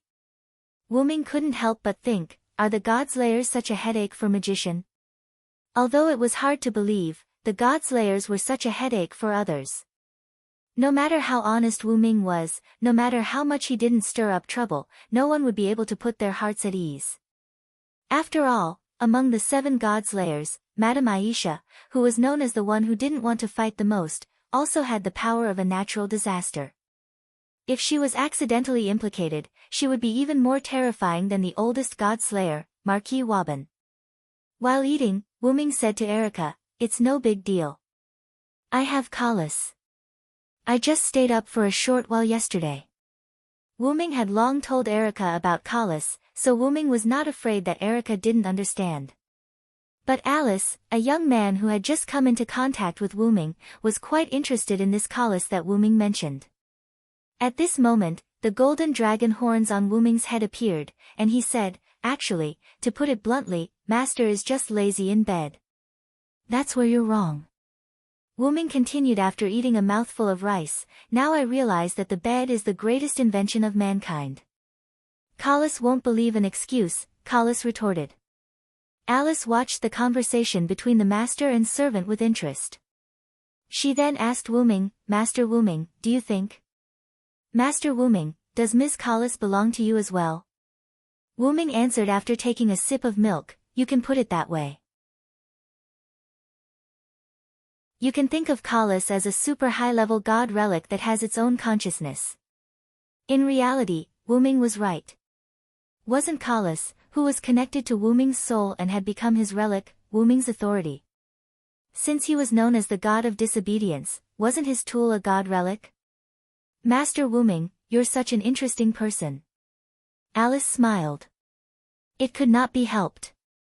It was impossible for Wuming not to be special. After all, he was a god slayer known as the god of disobedience.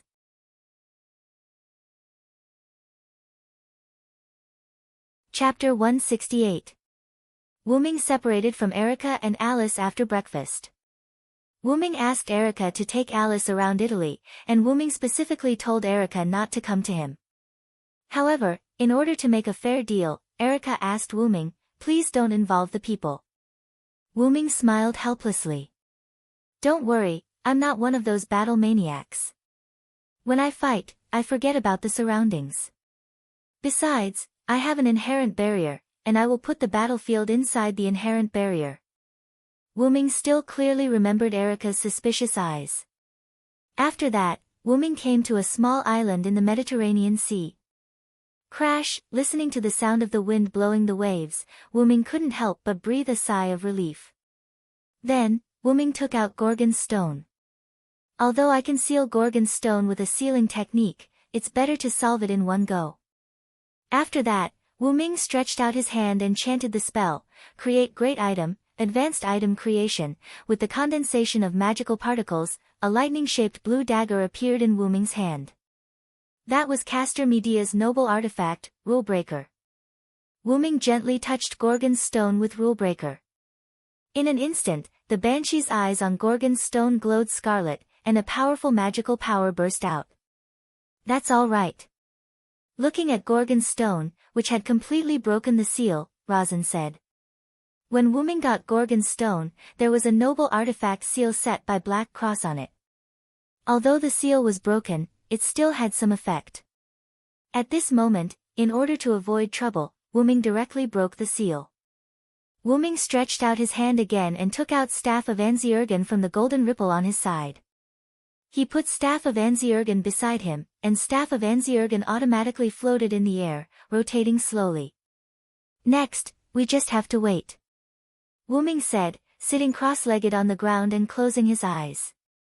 When it was almost night, Wuming felt that Gorgon's stone began to heat up, which was proof that its owner was about to arrive. Wuming opened his eyes and said, "Is it coming?" Wuming said as he watched the darkness engulf the island like a black cloud. "Is this the starless night?" Wyrm broke the seal on Gorgon's stone in the morning. Although he didn't know why the other party chose to do it at night instead of during the day, Wyrm could roughly guess. It should be a god related to darkness. Because Wyrm was on a small island, there was no landing point other than where Wyrm was, so Athena floated in the air. "So it's you, the strange person who has my snake," Athena said. Wyrm looked at Athena and couldn't help but smile. She had the body of a primary school student, short silver hair, black snake-like vertical pupils, a white long-sleeved shirt and a yellow sleeveless sweater, a black short skirt, blue knee-length stockings, brown leather shoes, and a blue braided hat that looked like a beast's ear. No matter how Wyrm looked at her, she looked like a cute primary school student. Of course, that was if she didn't have a huge amount of mana.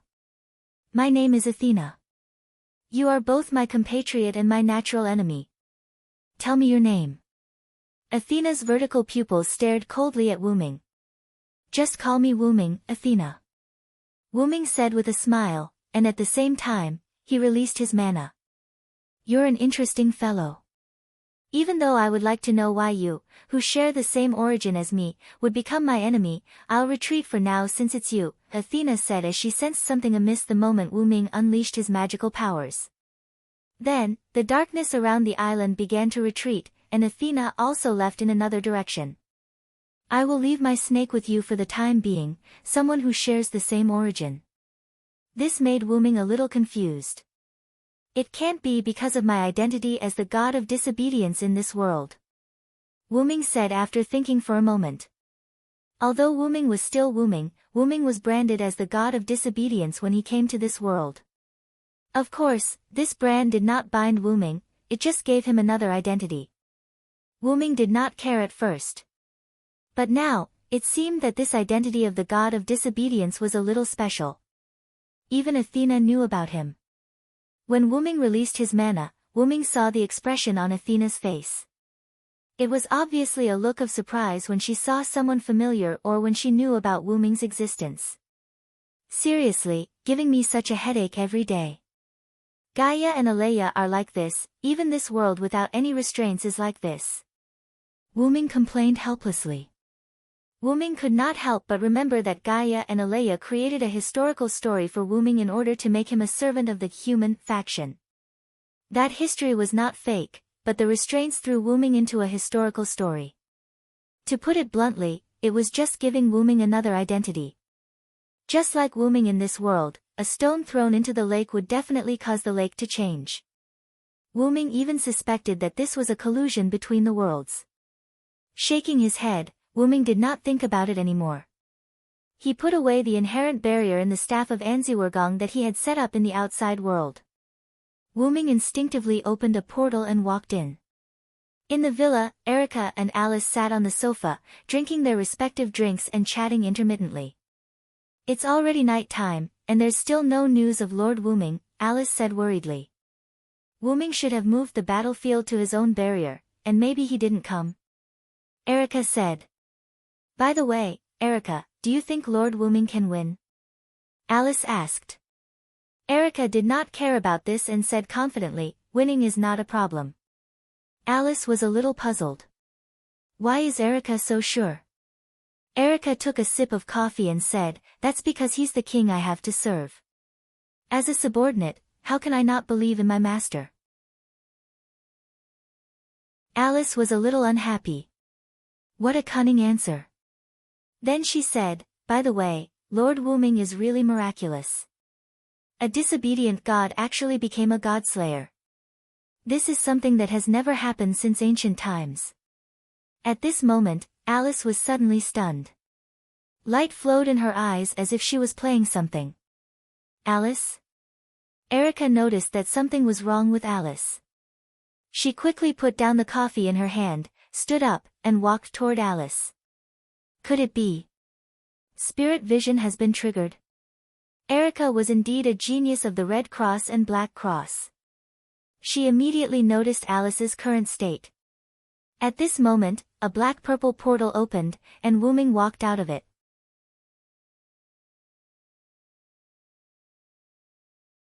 Chapter 169. Wuming walked out of the portal and saw Erica standing next to Alice, who was in a daze. "What's wrong with Alice?" Wuming asked Erica. Erica shook her head and said, "She's fine."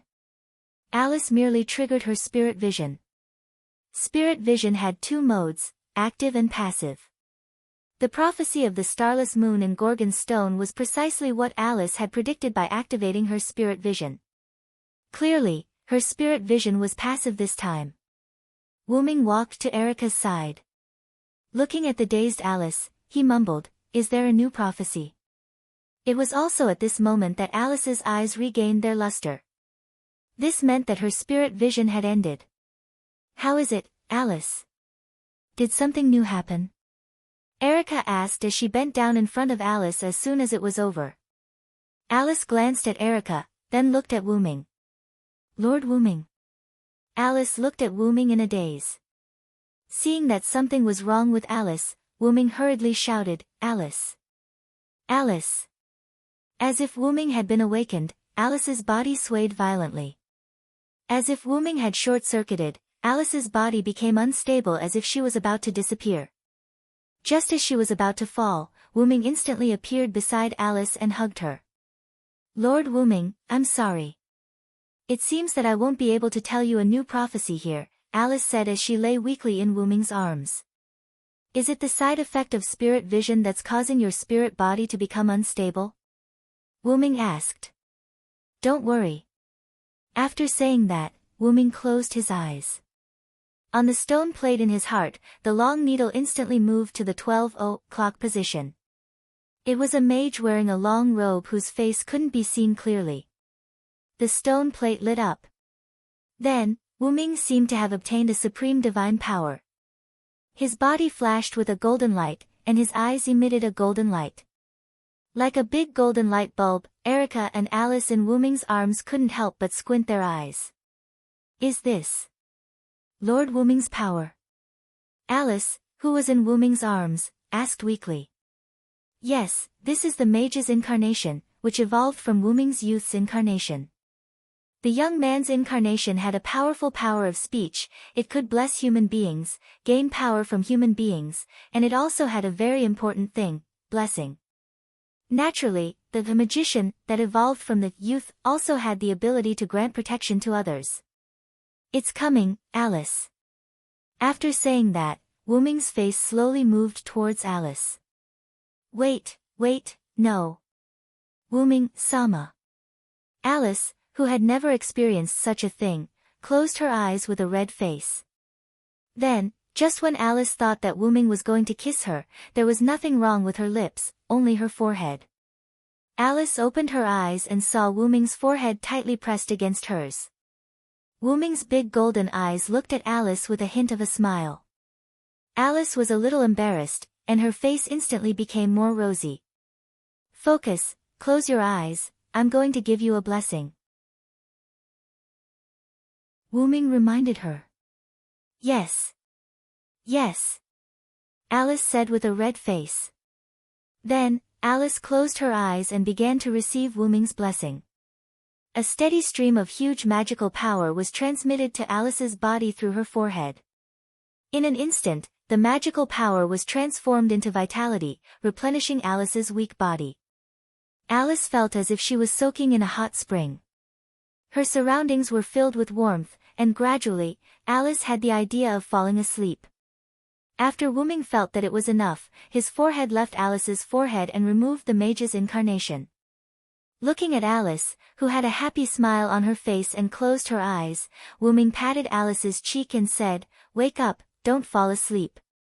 Alice suddenly opened her eyes, looked at Wuming with some embarrassment, and said, "Sorry, Lord Wuming, the feeling just now was too comfortable, and I accidentally indulged in it." Wuming was a little curious, and then said, "Was it that comfortable?" After all, this was the first time Wuming used the power of blessing on others, and he was not very familiar with it. Maybe my divine aura was mixed in. Wuming thought so. Then, Wuming continued, "Because your body is not your real body now, I did not give you too much blessing. This blessing can last for about 7 days, and it can be said that there is no problem at all to maintain your ghost body. Thank you very much, Lord Wuming. Alice smiled sweetly and looked at Wuming. Wuming shook his head, indicating that there was no need to be so polite, and then continued, in a few days, I will go to England. At that time, I will personally add a longer blessing to your body.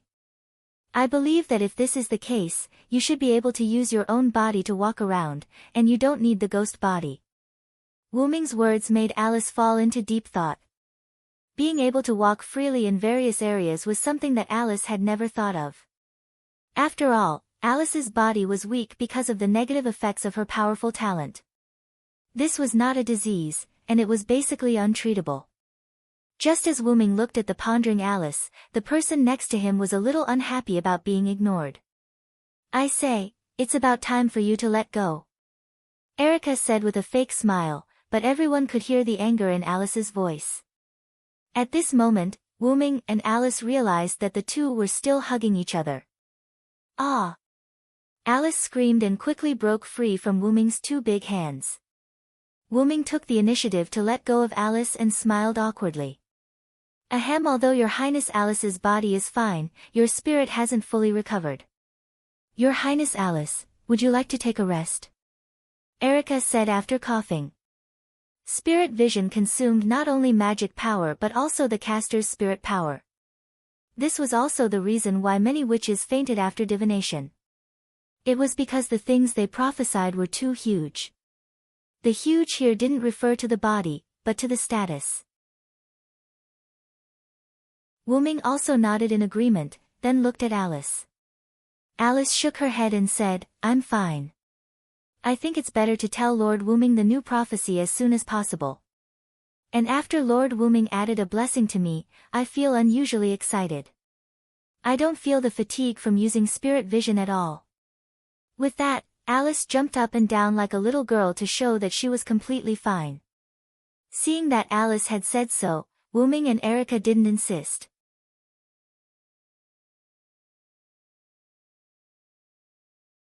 Chapter 170. Alice, Wuming, and Erica sat on the sofa together. Then, Yali Anna served drinks for the three of them. Wuming and Erica both looked at Alice quietly, waiting for her to say the prophecy. The starless night was broken by the legendary dragon. The earth withered, the sea dried up, and the world fell into a dead silence. The divine saber and the holy sword collided, and the hero and the demon king confronted each other, Alice said. I saw a brave man with a divine sword and a demon king with a holy sword in Japan. Every blow had supreme power. The sky was torn apart, the earth was torn apart, and the sea was burned to dry up. As if she had remembered the scene she saw in the prophecy, Alice's body trembled a little as she said. Wuming grabbed Alice's hand. As if she had found a life-saving straw, Alice calmed down. Don't think about that for now, Alice. You saw a scene that was too long in the timeline or too high level. It's not something you can bear right now, Wuming comforted her.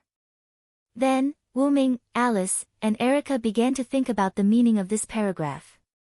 Let's see how the legendary dragon broke the starless night. The starless night should refer to Athena. Then, does this legendary dragon refer to Wuming? Erica said. Wuming shook his head and said, not necessarily. Athena came today, but she might not have the confidence to attack me. After I said something to Athena, she left on her own. At this moment, Erica said excitedly, wait. You didn't kill Athena. At first, when Wuming returned, Erica didn't ask him if he had killed Athena because of Alice. However, Erica still had confidence in Wuming, so she didn't ask again. Looking at the agitated Erica, Wuming smiled. Isn't that normal? I'm not in urgent need of authority to increase my strength, and Athena shows no signs of declaring war on me. Isn't this a good result? Wuming found that the power of Welslana and Mekl was enough for the time being. It should be said that even if it was only Welslana's power, after being sublimated into Wuming's noble phantasm, Wuming could be regarded as an existence that could do whatever he wanted. As such, there was no need to overly pursue power. Wuming was an origin dragon. As long as he was accelerated by external forces or waited until he reached adulthood, Wuming's power would naturally undergo a qualitative change. Pursuing power was nothing more than an act of Wuming to protect himself during his childhood. There was no need to overdo it. Erica sighed and said unhappily, "Forget it. You're the king. You call the shots." Looking at the unhappy Erica, Wuming comforted her. "Don't worry, Athena is now lacking a divine spark. Even if she stays on the ground, it won't affect time." Alice covered her mouth and laughed. Lord Wuming is really magnanimous. This is called confidence. Wuming shrugged. Ahem. So, if the legendary dragon isn't Wuming, then who is it? Everyone pondered.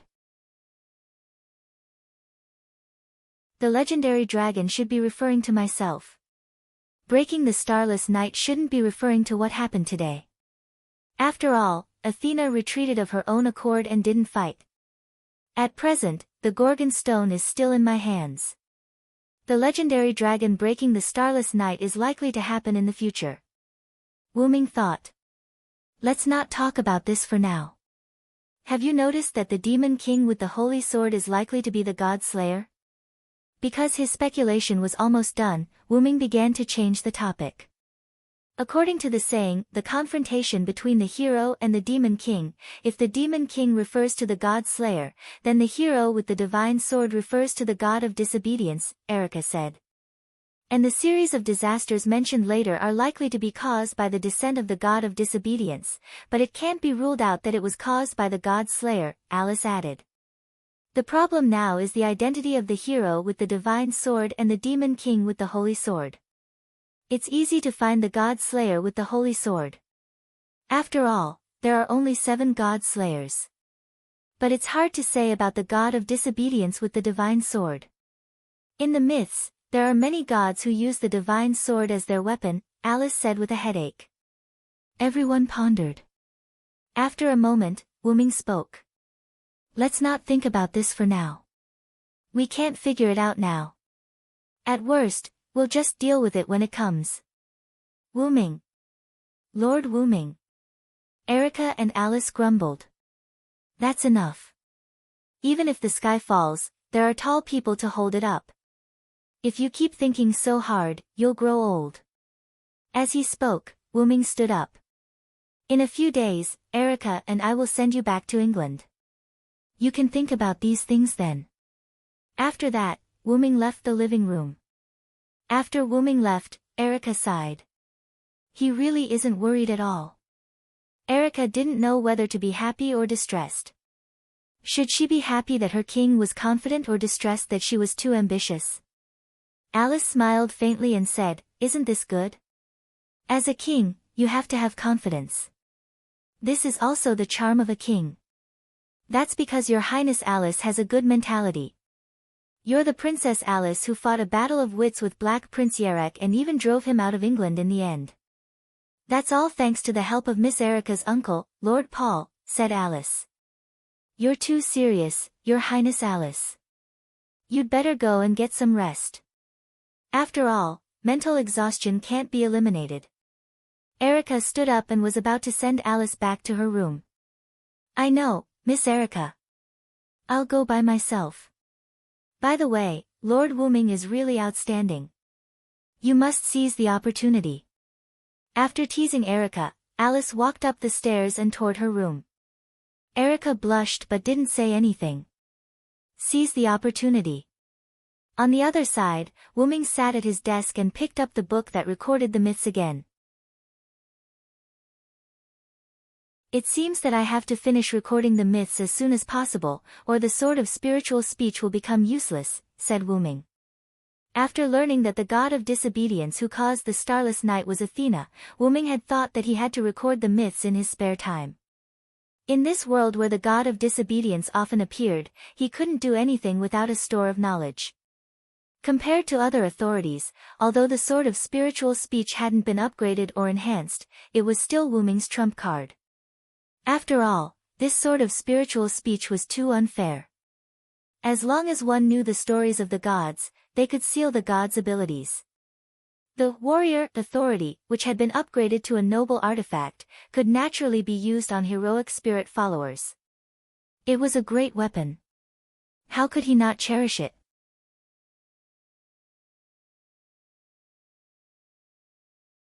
Chapter 171. After spending a few days with Wuming, he had almost recorded all the mythical stories provided by Erica's organization, the Black Cross. Of course, it was all thanks to Kalis that he was able to complete it so quickly. Wuming lamented more than once about how right he had been to ask Zelik for the most advanced magic suit. This morning, Wuming, Erica, and Alice arrived at the Italian airport. Due to the fact that something so important had happened, Alice had to return to England. Wuming, on the other hand, had nothing else to do now. He was preparing to go to England with Alice and give her real body protection. Erica, on the other hand, was going to follow Wuming to England. What a joke. Even though Wuming was indeed much more harmless than the other god slayers, Erica was still worried about leaving Wuming alone somewhere else, so she naturally had to follow him. In fact, the reason why the Black Cross and Copper allowed Erica to become Wuming's follower and Wuming's knight was to monitor Wuming for fear that he would do something big. Even so, Wuming could still sense that Erica wasn't just monitoring him, but really wanted to become his knight. That was why Wuming kept her. As for why he didn't directly use teleportation magic, Wuming expressed his helplessness. The constitution of the Godslayers was to repel all magic spells below the divine level, be it beneficial or harmful. Although teleportation magic spells that entered the body could work, it was obvious that teleportation magic couldn't be carried out in the body. This also meant that teleportation magic couldn't work on Wuming. Wuming had used a portal before, but that was because the portal was a channel established in 2 places and didn't have any effect on Wuming's body, so it could be used. It could be considered a trick. However, Wuming hadn't been to England in this world, so he couldn't use the portal. As a last resort, the 3 of them could only take a plane to England at the airport. On the plane, in the first-class cabin, Wuming complained, "I have to say, the Godslayer's physique is really troublesome sometimes." "Don't say that, Lord Wuming. Let's not talk about having a problematic physique. Even if it's something even worse, many people would still want to become Godslayers," Alice said with a smile. "Seriously, Wuming, you should be content. You're now one of the only 7 kings in the world," Erica complained. "That's true. Lord Wuming, you should be content." Alice and Erica both laughed. However, Wuming stared at Alice. "What? What's wrong, Lord Wuming? Why are you looking at me like that?" Alice blushed a little, her hands clasped together awkwardly. "It's nothing. I just feel that Alice is really beautiful now." Wuming smiled. "Huh? Why? Why do you say that, Lord Wuming?" Alice blushed slightly as she spoke with some shyness. "Because you're very similar to a friend of mine," Wuming said. "Rather than a friend, she's more like a confidant. Her smile is very beautiful. Every time I see her smiling face, my heart feels as if it's being cleansed," Wuming said with a nostalgic expression. Wuming thought of Jeanne d'Arc. Alice was just like Jeanne d'Arc. She was calm, peaceful, and beautiful. "Is that so? Then I'm honored," Alice said with a smile. As for why Wuming did not feel this way when he faced Erica, it was because he was reminded of Erica Ainsworth. Moreover, Erica gave Wuming the impression that she was a strategic-type knight. That's right, she was like a cunning vixen. Erica suddenly looked at Wuming. She narrowed her eyes and said, "I have a feeling that you're thinking of something rude, Wuming. How is that possible?" "It's just an illusion." Wuming smiled awkwardly. "Then, Lord Wuming, do you mind telling us the name of your friend?" Alice also wanted to know more about someone who could be called a friend by Wuming, who was both the god of disobedience and the god slayer. Erica also looked at Wuming curiously, hoping that Wuming could answer. Wuming naturally would not dampen their spirits. Therefore, Wuming said, "Her name is Jeanne." Jeanne? The 2 girls were somewhat confused. After all, This name sounded like the name of an ordinary girl. However, with Wu Ming's identity, could the girl he befriended, and even the girl who was his confidant, be an ordinary girl? Obviously, it was impossible. While the two girls were puzzled, Wu Ming added, also known as Jean d'Arc. Jean d'Arc? The two girls exclaimed in surprise. When Wu Ming said this, the two girls understood. Although the name Jean d'Arc sounded like an ordinary girl's name, if there was a famous Jean d'Arc, it would be her. Could it be the Saintess of France, Jean d'Arc? Erica asked. Alice also looked at Wu Ming with concern in her eyes. Wu Ming nodded with a smile and said, although she is France's Jean d'Arc, she has always denied that she is the Saintess. Ever since I led the people to war, from the moment I raised the flag, my hands have been stained with blood. This is what she once said to me. Because Jean d'Arc was canonized hundreds of years after she was executed, logically speaking, she should not have said such a thing. But after all, Wu Ming's origin was mysterious, so the two girls did not ask how Jean d'Arc knew that they were the Saintess. Then, with the feeling of the plane sinking, the three knew that they were about to arrive in England, so they did not discuss anything else. After getting off the plane, a tomboy walked towards the three of them. Ah, looks like someone is here to pick me up. Alice smiled. The tomboy in front of Alice walked over and said to Wu Ming, you must be the king of disobedience, Lord Wu Ming. I'm sorry for the trouble my young lady has caused you. Erickson bowed to Wu Ming apologetically. That's not the case. I actually quite like Alice, Wu Ming said politely. Erickson seemed to have understood something, and his pupils shrank. Then he said, although I am very happy that Lord Wu Ming and Miss Alice got married, now is not the time to celebrate. Marquis Warban is here. Marquis Warban? Alice and Erickson were shocked. Wu Ming frowned and thought for a moment before saying to Erickson, he's here to see me, right? See you? Lord Wu Ming. Erickson and Alice were both confused.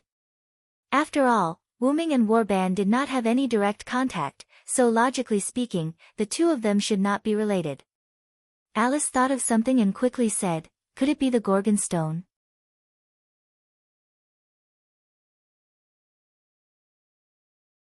Chapter 172.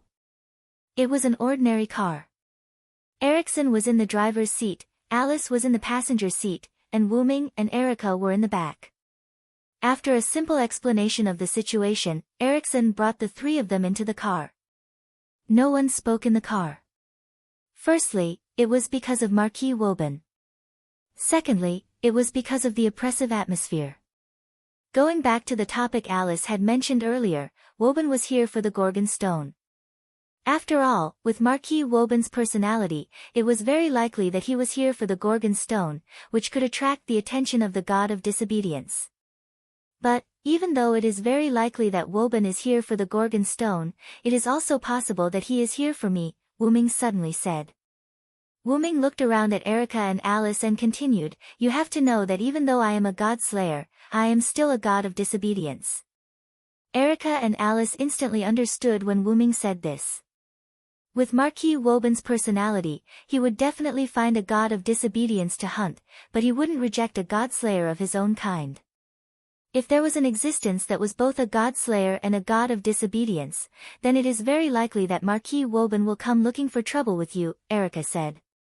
Alice said with some concern, not to mention, the Gorgon stone is still in your hands, Lord Wu Ming.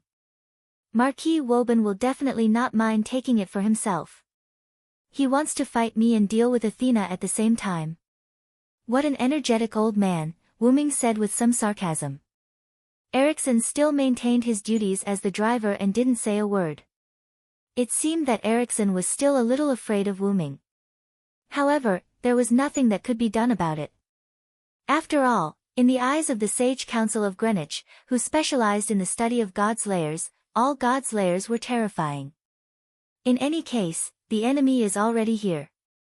I'm afraid we have no choice but to fight. Erica sighed. Alice, on the other hand, seemed a little worried. Wu Ming said, don't worry, Alice. I will fight with Marquis Wyrm within my barrier. It won't affect the surrounding cities. Alice paused for a moment, then nodded. Although Wyrm said so, the worry in Alice's eyes was still there. Every time she looked at Wyrm, the worry in her eyes deepened. Because of the arrival of Marquis Wyrm, Erica and Wyrm decided not to go to Alice's house. At the request of Wyrm, Erickson stopped the car by the roadside. Wyrm and Erica got out of the car. Alice still looked worriedly at Wyrm and Erica. Please be extremely careful. If possible, please do not cross swords with Marquis Wyrm. Please use words to resolve the issue. Although Wyrm didn't want to complain, Wyrm still had to say it in his heart. Is it possible for the Godslayer to resolve the issue with words? Don't worry. With me, Erica Blantley, who has inherited the Diable Dragon, my master will have nothing to worry about, Erica said as she patted her chest. Of course, this was only if she could guarantee that she wouldn't be at a disadvantage when talking with Marquis Wyrm. Alice nodded and said, if it's Miss Erica, I can be a little more assured. Again, please be extremely careful. After that, Erickson sped away from the place even faster than before. Am I that scary? Wyrm pointed at himself and said. You're the Demon King. It's natural for Miss Erica to be afraid of you. Erica giggled and covered her mouth. Wyrm shrugged helplessly. Then, the two of them came to a large building. This was the exclusive residence that the Sage Parliament of Greenwich had built for Marquis Wyrm after learning that he was coming. Wyrm and Erica looked at the roof and looked at each other.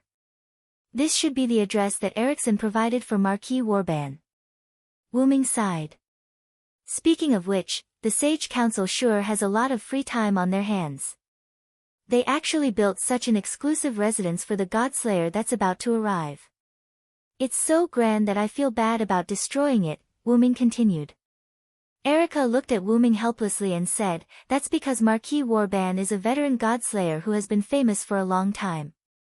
Even the Sage Parliament of Greenwich, which specializes in investigating Godslayers, doesn't know the number of his powers and the specific abilities of his powers.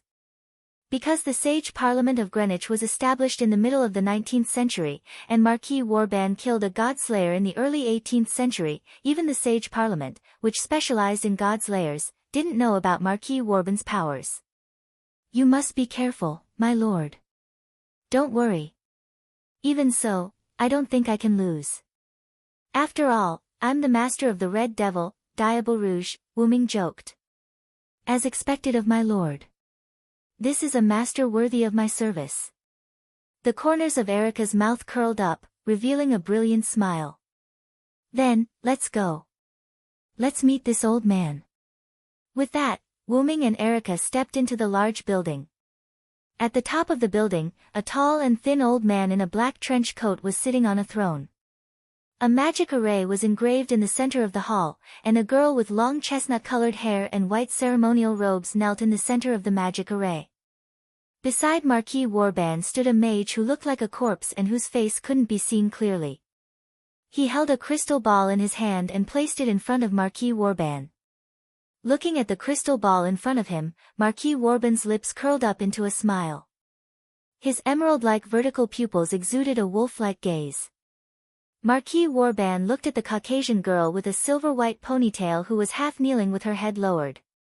The young girl was wearing a black military uniform with yellow edges. She had a blue-gray striped shawl draped over her shoulders, a matching short skirt, white knee-high socks, and brown high boots.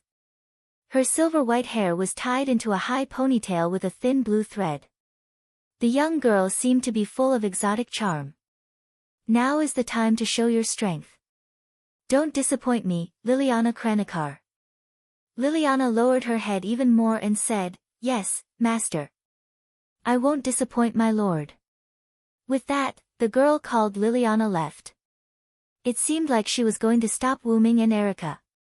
Marquis Wyrm looked at the crystal ball with joy and said, let me see how you, the god of disobedience and the god slayer, can break through my servant. Let's use your strength to prove whether or not I need this witch. With that, Marquis Warbin's wolf-like green eyes looked at the girl in ceremonial robes kneeling in the center of the magic array. God, the girl prayed.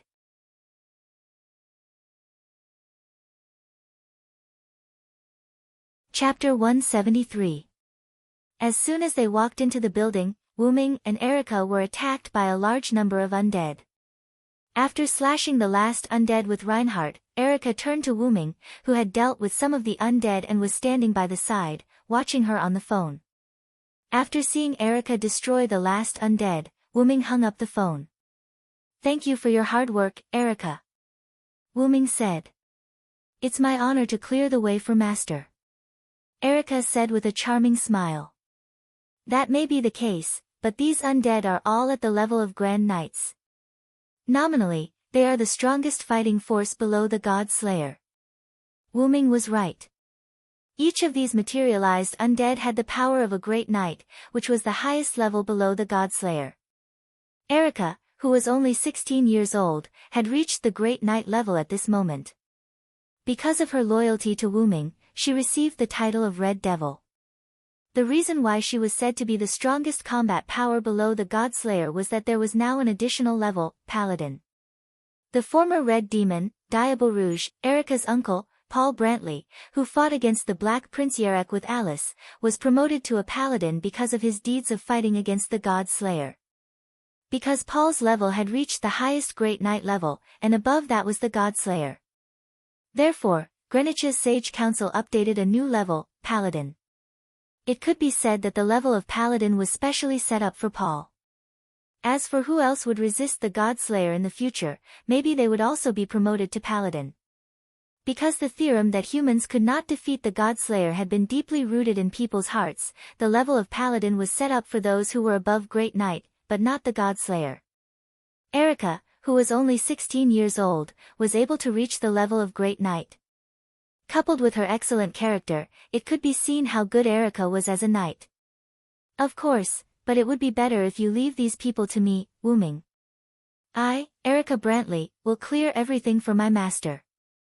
At this moment, Erica was like a proud lioness, full of pride. Yes, next time. I'm in a hurry now. I can't wait to see this old man." Afterward, Wyrm and Erica walked up the stairs leading to a higher floor. "Was that a call from Salvatore just now?" Erica asked Wyrm as they hurried along. "Well, he's the only one who can know my phone number and call me." Wyrm looked a little tired at the moment and sighed. After being knocked unconscious by Wyrm, Salvatore took almost 3 days to wake up. The first thing Salvatore did after waking up was to call Wyrm. At this time, Wyrm came to Marquis Wyrm's building, so the scene of Erica cleaning up the undead appeared. That guy said something like, "You must be looking for trouble with old Master Warban now, so don't die.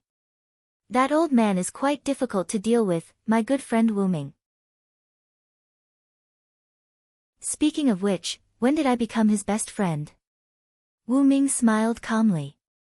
It was obvious that he felt helpless towards this fellow. Erica smiled slightly, showing a charming smile at the corner of her mouth. "Salvatore must have regarded you as a strong opponent. You should know that Salvatore is an idiot in all aspects except swordsmanship. Since he can remember your name, Wyrm, it means that he has regarded you as a strong opponent." In fact, Erica was right. Salvatore was knocked unconscious in a few moves. Although there was a certain degree of luck and the other party was not familiar with Wyrm's ability, Salvatore thought that a loss was a loss. As a result, Salvatore remembered Wyrm. I wanted to ask him if he knew about Marquis Warbin's authority. As a result, this guy said, "How can I remember this kind of thing? Just hit him." I don't know what to say. Wyrm sighed again. "I'm also a fool for counting on that idiot," Erica smiled. "Wyrm is more like a human than the god of disobedience and the God Slayer." Wyrm could not help but think of his previous life. If Wyrm was not picked up by the old dean, who knows what he would have become now. He might become even weirder because no one took care of him, and he would look down on humans completely. Because of this, Wyrm respected the old man who had passed away the most. Wyrm was indeed a problematic child. Wuming could not despise humans now, thanks to the people Wuming met. Wuming's second most respected person and his skills mentor, Wuming was naturally very important to Wuming.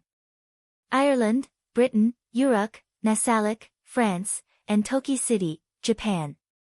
Wuming recalled the lands he had experienced and the various people he had met.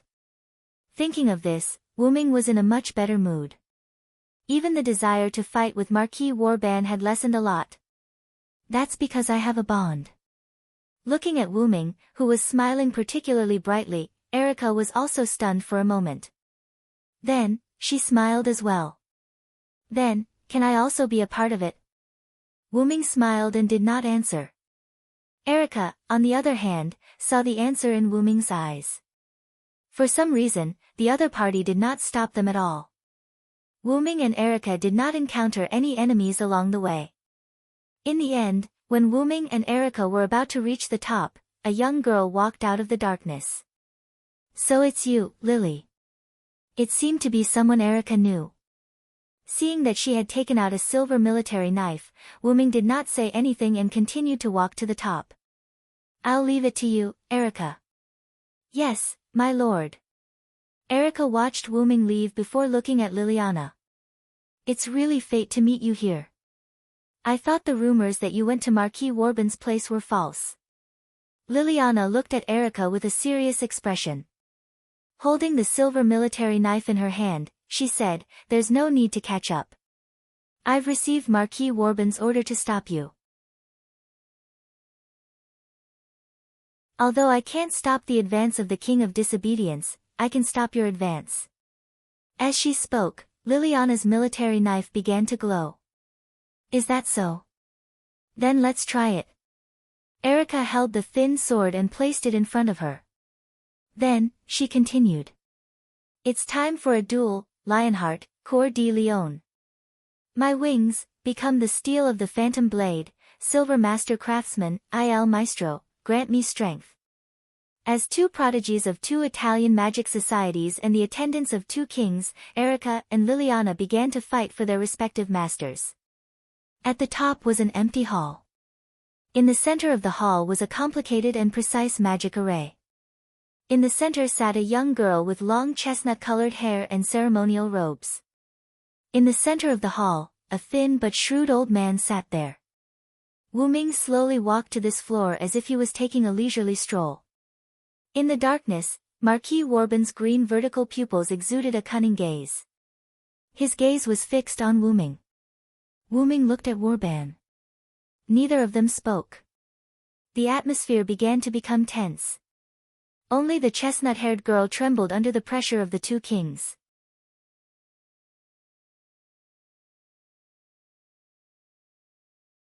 Chapter 174. After about 10 minutes of stalemate, Marquis Wyrm spoke first. I didn't expect the god of disobedience to become a god slayer. This is something I have never encountered in the past 300 years. Wyrm's voice sounded a bit old. He was an old man with a story, but Wuming didn't care about that. Now I'm a god slayer. Let's not talk about the identity of the god of disobedience. Wyrm, you came to England to find me, right? Wuming crossed his arms in front of his chest with a calm expression and a smile on his face. Of course, otherwise, I wouldn't have brought this witch all the way from Japan to England. I am very interested in the Gorgon stone and the fact that you are a god slayer, but I didn't expect you to come to me on your own accord. However, this saves me a lot of effort. The green light in Marquis Wyrm's eyes shone even more brightly. Wyrm said and looked at the girl in the center of the magic formation. Wuming also looked at the witch. Generally speaking, the Yuan witch was the descendant of the god ancestor. Those girls would be given the highest level of Yuan witch, and generally, they would have the special skill spirit vision. Alice, who possessed spirit vision, was also known as the witch concubine. However, Alice was more like the witch Yuan, an extension of the witch concubine. These magi all relied on their own cultivation to obtain their spirit vision, so their spirit vision was much more powerful than those who were born magi. Just like Alice could see the future for a long time, the witch kneeling in the magic formation couldn't see the future too far away like Alice. But this kind of witch had other functions, such as summoning the god of disobedience. Do you want this witch to use Gorgon's stone to summon the god of disobedience? Wu Ming continued, judging from the level of this magic formation and the number of people who can summon the god of disobedience, once the summoning ritual is successful, this witch's life will be gone. Wu Ming's words caused Miss Witch, who was inside the magic array, to shudder. However, Wu Ming noticed her shudder. It seems that our Marquis Warband did not inform this young lady of the consequences. Of course. Marquis Warband stood up and continued, it's just a human. If it's broken, we can just replace it. The words of the Marquis caused Witch Yuan's heart to sink. She no longer had any hope of being rescued. After all, there were 2 demon kings here. Humph. Is that so, Wu Ming? Looks like you can't understand the meaning of human existence after becoming a god slayer, Wu Ming said sarcastically. Then, I'll take back my words. Wu Ming walked towards Miss Witch. Today, I'll fight you as the god of disobedience, Warban. Wu Ming stood in front of Miss Witch, protecting her. Then, Wu Ming looked at Wu Ming. Let me once again carry out my identity as the god of disobedience and protect the humans. Then, as the god slayer, I'll kill you who protects the humans. At this moment, both the god of disobedience and the god slayer burst forth with their magic power. A massive pillar of magic power materialized above Wu Ming and Warban, breaking through the ceiling. Miss Witch recovered from her despair and looked at the god of disobedience and the god slayer standing in front of her with a trace of doubt in her eyes. The undead king's nest of darkness, the land of the opposite sex, the home of absolute evil.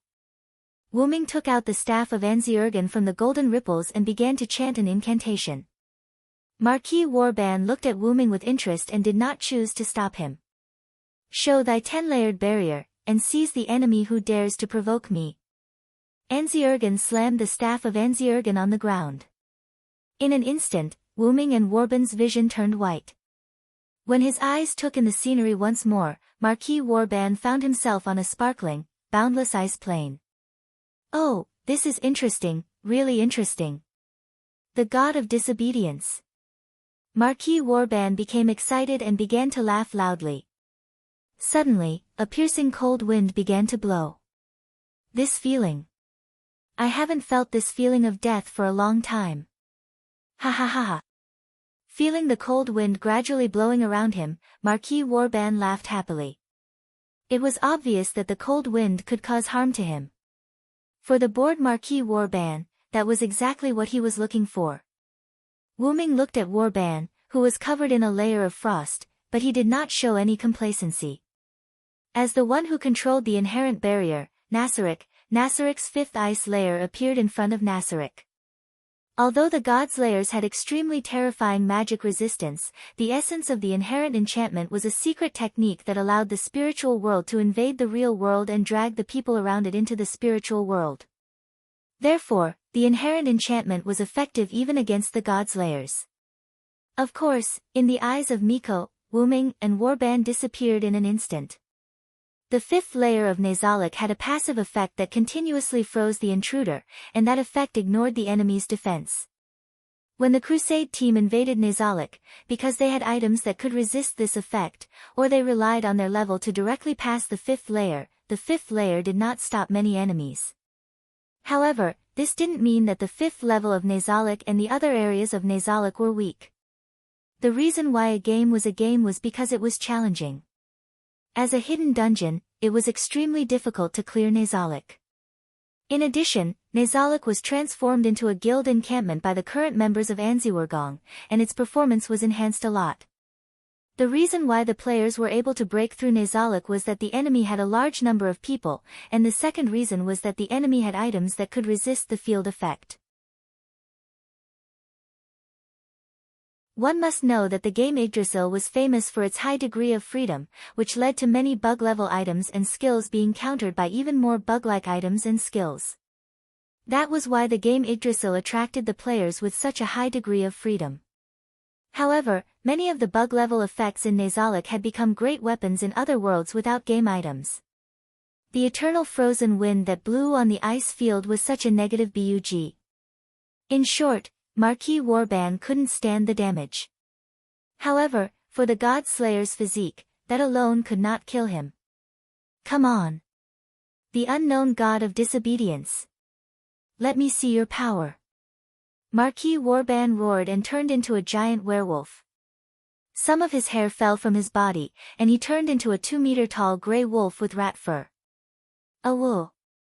The giant wolves rushed toward Wyrm, and their greedy mouths exuded a foul stench.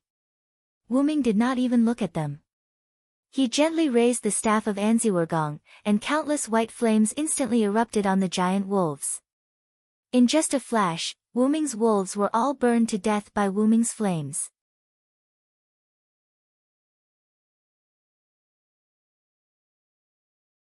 Chapter 175. What?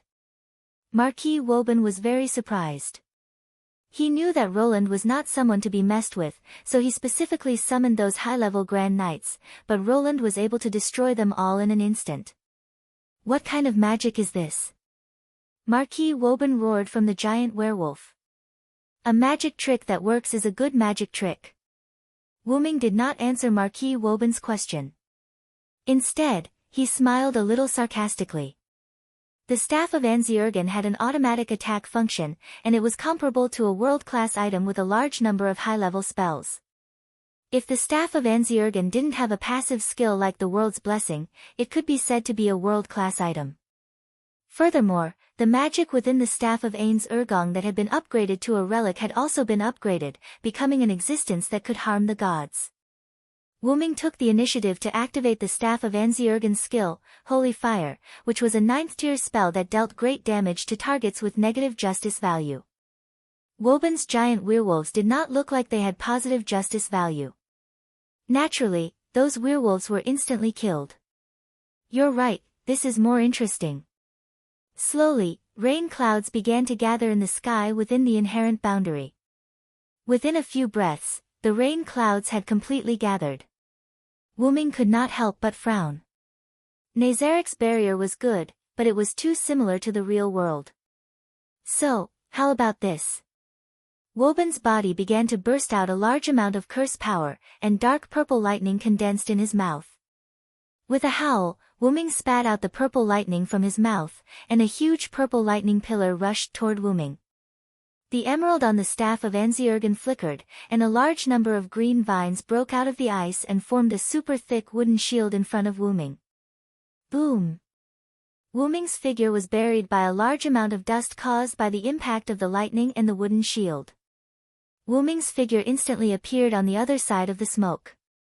It seems that using magic is too much of a bully for an old man like you who doesn't know magic. Do you need me to fight you without using magic? Wyrm mocked. Humph. Stop joking. Even if your magic has reached the realm of gods, it can't do any significant damage to me. You're just saying that because you're at your wit's end. Marquis Wyrm roared. Tisk, Wyrm spat unhappily. In fact, Marquis Wyrm was right. Although the magic that Wyrm had learned was useful, it was not very useful on the God Slayer who had extremely high resistance to curses. It was the same for the Lune runes. Although Silent Wonder could release the magic god's seal of the first rune, Silent Wonder did not think that the grade A noble phantasm would be able to cause much damage to Marquis Wyrm. At the very least, he would be able to tear off a layer of Wyrm's skin. In that case, I'll use this sword. After saying that, Wyrm put the staff of Anziurgen back into the golden ripple that suddenly appeared, and then took out a silver-white long sword from it. X-Silver, that's the name of this sword. Wyrm held the holy sword and said to Wyrm. X-Silver. This is X-Silver. Marquis Wyrm was surprised. Wyrm's eyes lit up. Does Marquis Wyrm also know about this sword? Marquis Wyrm said with some excitement, of course, it would be strange if I didn't know about this sword. I didn't expect the 7th Godslayer to be a British silver dragon. The rain clouds in the sky became denser, and the power of lightning contained in them became more powerful. Ha ha ha ha. This trip is really worth it. Marquis Oban laughed and turned back into a human from his werewolf form. The strongest and most mysterious knight of the Knights of the Round Table, King Arthur's most trusted man, one of the only two beliefs of the Knights of the Round Table, the noble knight who incarnated into the legendary British silver dragon, Vilo Thranst. Marquis Oban was a little excited. Such a powerful enemy must be able to satisfy his boredom. When the world judged Wyrm as the god of disobedience, Wyrm thought of such a result. His own mythology was probably the evolution of what happened to him in the history of the M-shaped moon. And the mythology of the world of the gods' lairs was made up by people, so it was not surprising that a god had several divine names, and even a god in other pantheons. Holding the X-silver in both hands, Wyrm said with a smile full of fighting spirit on his face, "It doesn't feel good to be known by the later generations, but, Marquis Oban, come and fight me." Wyrm's ruby-like eyes flickered. "Come, Vilo Thranst." Marquis Oban roared angrily, and his body began to change. This time, the transformation was different from before, as dragon scales began to grow all over his body. Soon, Marquis Oban's transformation was complete, and what appeared in front of Wyrm was a giant black dragon with ferocious dragon scales all over its body. Wyrm estimated that the black dragon was about 60 meters long without its wings. "I haven't slain a dragon before, you should feel honored, Oban." So, Wyrm directly released his noble artifact. The stars hidden in the world. The X-silver sword began to emit a white light, and the black dragon roared angrily, flapping its wings and rushing towards Wyrm. The holy sword that can wipe out all evil. Looking at the charging Oban, Wyrm held the sword with both hands. Cracks appeared on the sword, and an even more dazzling golden light burst out from it. "Don't cover your light anymore." The X-silver sword was completely shattered, and a dazzling golden sword of light appeared. It kept floating, and the silver sword fragments attached to the golden sword of light. The black underworld flames that the black dragon spewed out were all blocked by the Aurora pillar. Shine! The sword of light expanded and soared into the sky. The black dragon rushed in front of Wyrm, and swung its giant dragon claw with a dense aura of death. Silver meteor. Roar, roar, roar.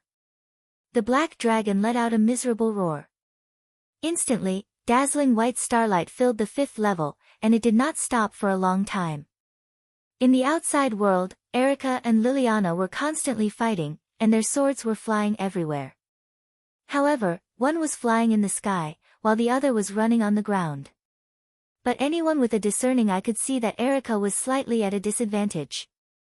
Erica suddenly jumped back, and after a short pause, she said, "As expected of you, Lily." Liliana had the bloodline of the witch, and she had learned the long-lost, difficult flying magic, which was why she could fly in the sky. "Don't talk nonsense. This is a battlefield." Liliana was a bit irritable. Erica continued, "Logically speaking, you shouldn't be the kind of person who would accept a brutal demon king like Marquis Oban." Liliana did not say anything. Instead, she looked at Erica with an irritated gaze. Could it be? Erica seemed to have thought of something, and she continued, "Because I'm loyal to Wyrm, your grandfather offered you to Marquis Oban out of jealousy?" "Tsk," Liliana said unhappily, looking at Erica with an ugly expression. "Talk is useless. Erica Browntree, keep fighting." Having said that, Liliana dashed toward Erica in a flash. "Please wait a moment." Suddenly, an old but rather robust voice sounded.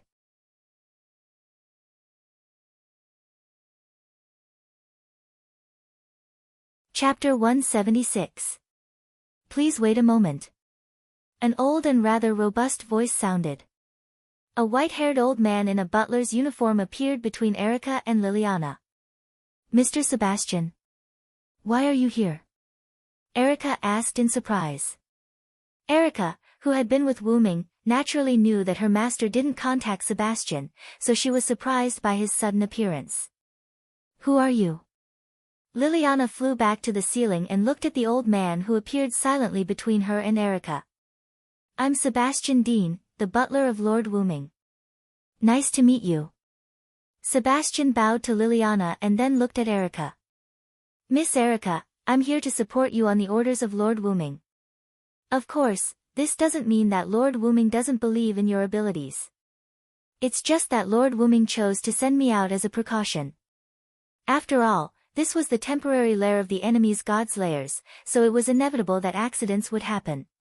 That was why Wyrm had Sebastian come to England from Italy. As for why Erica didn't see Wyrm contacting Sebastian, it was because everyone in Nazalek had the inherent ability to communicate mentally. Wyrm naturally contacted Sebastian without Erica knowing. Then, Sebastian said to the two of them, "How about the two of you stop fighting for the time being? With your strength, both of you will only suffer in the end. Even if you say so, I, Liliana Kranikar, won't back down so easily." As a noble knight, Liliana wouldn't back down even if she knew the outcome of the battle. "I can't pretend that I didn't hear that, Mr. Sebastian.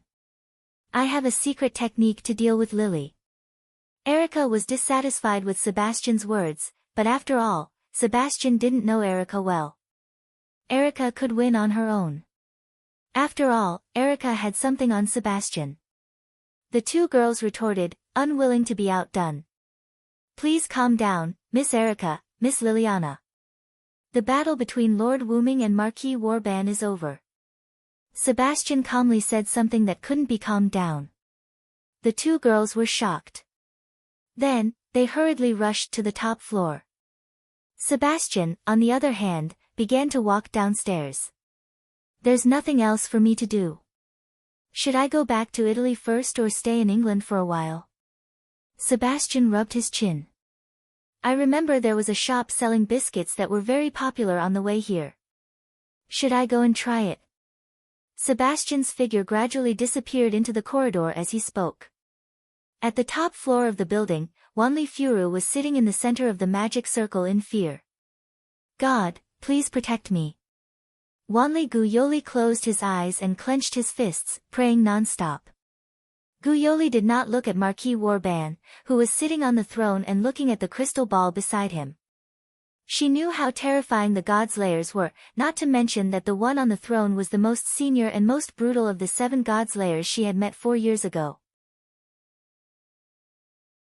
Originally, Guyoli had been prepared to sacrifice himself before the ceremony, but Marquis Oben's servant of death's cage shattered his resolve.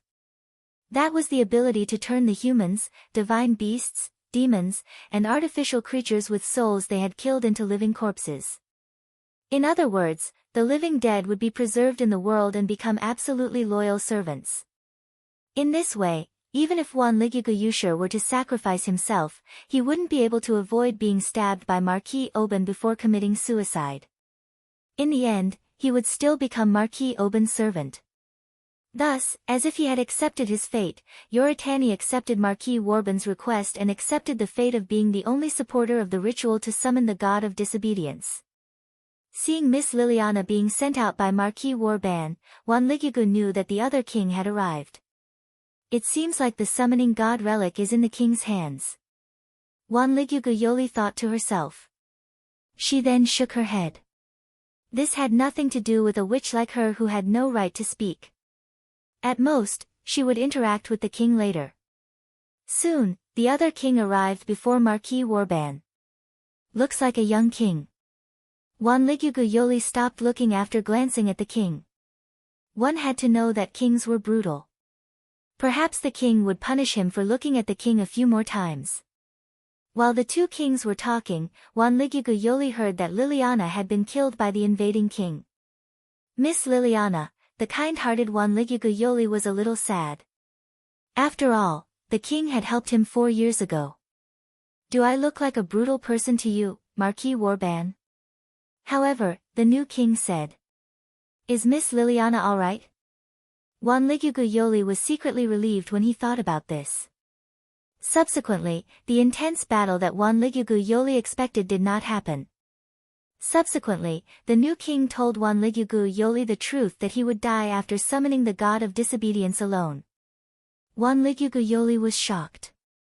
After all, Marquis Wyrm did not tell him about this. Wanli Guyoli had lost all hope. He would die no matter what in front of the two kings. And yet, the new king was standing in front of him. Then, I take back what I said earlier. Today, I'll fight you as the god of disobedience, Wyrm. The god of disobedience? Wanligugu Yoli seemed to have heard something incredible. Let me carry out my identity as the god of disobedience again. I'll protect the humans and this witch. Protect me? Wanligugu Yoli was doubtful. She could not believe that the Devil King, the God Slayer, would protect a witch like her. After the two kings unleashed their powerful devil powers, the new king took out a strange dark scepter. The moment he chanted an incantation, the two kings seemed to have been sucked into something and disappeared into thin air. Wanligugu Yoli did not think of running away. Even if she did not know where she would go. Moreover, the Devil King would definitely catch her again. The two kings must be fighting in some unknown place. For some reason, Wanligugu Yoli hoped that the new king would win more than Marquis Wyrm. Perhaps it was because of the words, "Protect this witch," Wanligugu Yoli thought. God, please protect me, protect me. Then, Wanligugu Yoli returned to the state where she clasped her hands and closed her eyes in prayer. However, compared to the previous prayers to the gods, this prayer was more specific. Darkness shrouded the hall. Only the ritual fire was left, shining in the darkness, protecting the witch who was praying to the gods.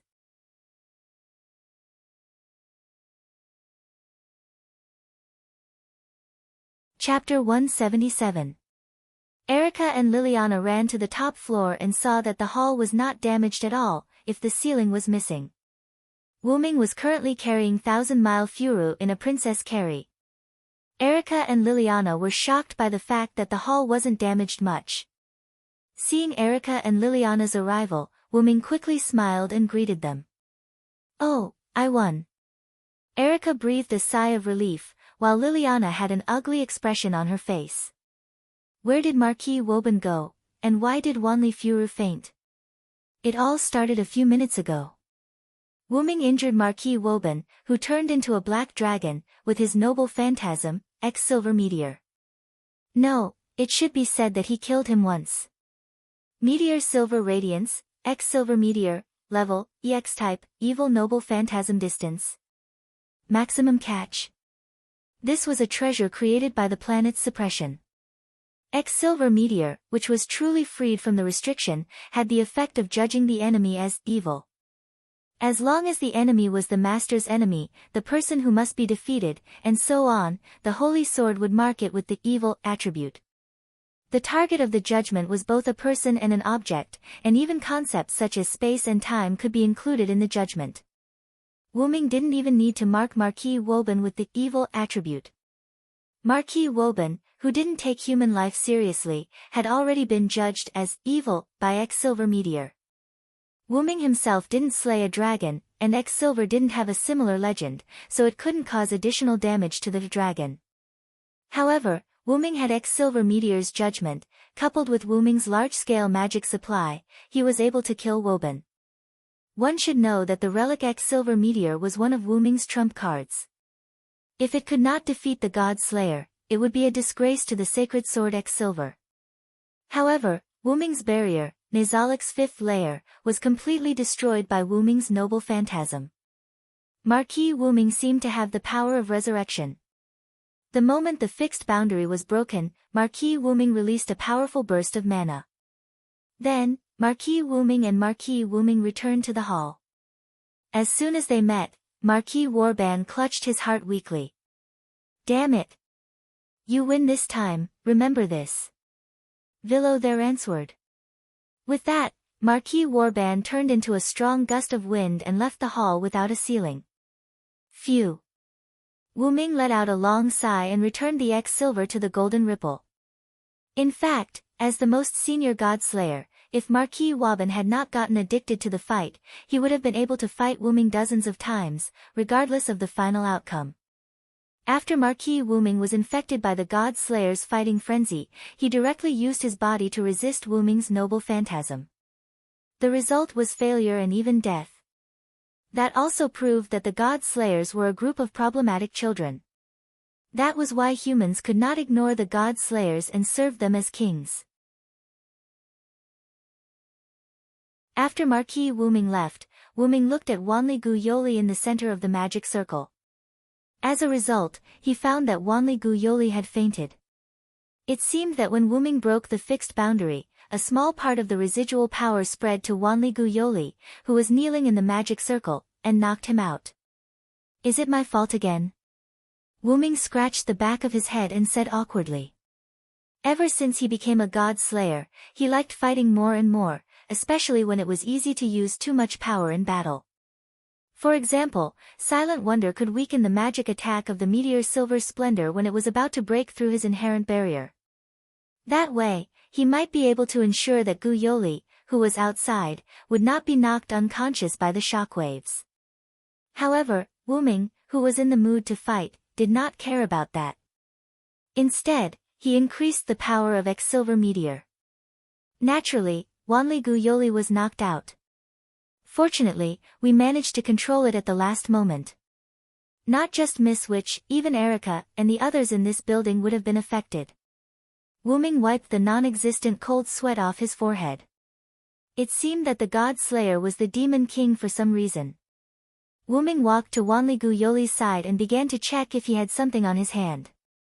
Then, Wuming drew runes out of thin air, and several lune runes representing healing, cleansing, and holy attached to Wanli Gu Yoli's body. Then, Wuming put one hand under Wanli Gu Yoli's armpit and the other hand under Wanli Gu Yoli's legs, and picked him up in a princess carry. At this time, Erica and Liliana arrived just in time. This was the scene that Erica and Liliana had seen just now. Neither of the two girls spoke, which made Wuming feel awkward. At this moment, for some reason, Wuming felt that he was a pervert who wanted to hold the unconscious girl in his arms. In order to avoid misunderstanding between the two girls, Wuming said with a smile, "Yo, I won." Outside the building, Erickson, who was using the telescopic magic, stopped the magic and called Alice. "Miss Alice, it seems that Lord Wuming won." After sending Alice home, Erickson left and asked Erickson to come here to observe and report the result to Alice. Erickson, on the other hand, could not refuse his master's request. After setting up more barriers, Erickson unhurriedly came to a commanding height near the building, where he observed the abnormality of the building with a telescope. "Really? Thank you, Erickson. Come back first." Alice's unique sweet voice came from the other end of the phone, but it was a little weak.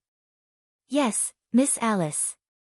After that, Erickson quickly left the place as if he was fleeing. It seemed that the two god slayers here really frightened Erickson. Although Erickson was shocked that the battle between the two kings did not destroy the surroundings, even the building that had been turned into a battlefield, he would never be stingy with his speed when it was time to leave. In a luxurious aristocratic house, in a gorgeous room, Alice sat on the bed in her pajamas with a sickly flush on her face. Alice weakly placed the phone on the small table beside her and laid down on the bed. Is the side effect of using spirit vision again? Alice covered herself with the quilt and closed her eyes in pain. "Please come quickly, Lord Wuming."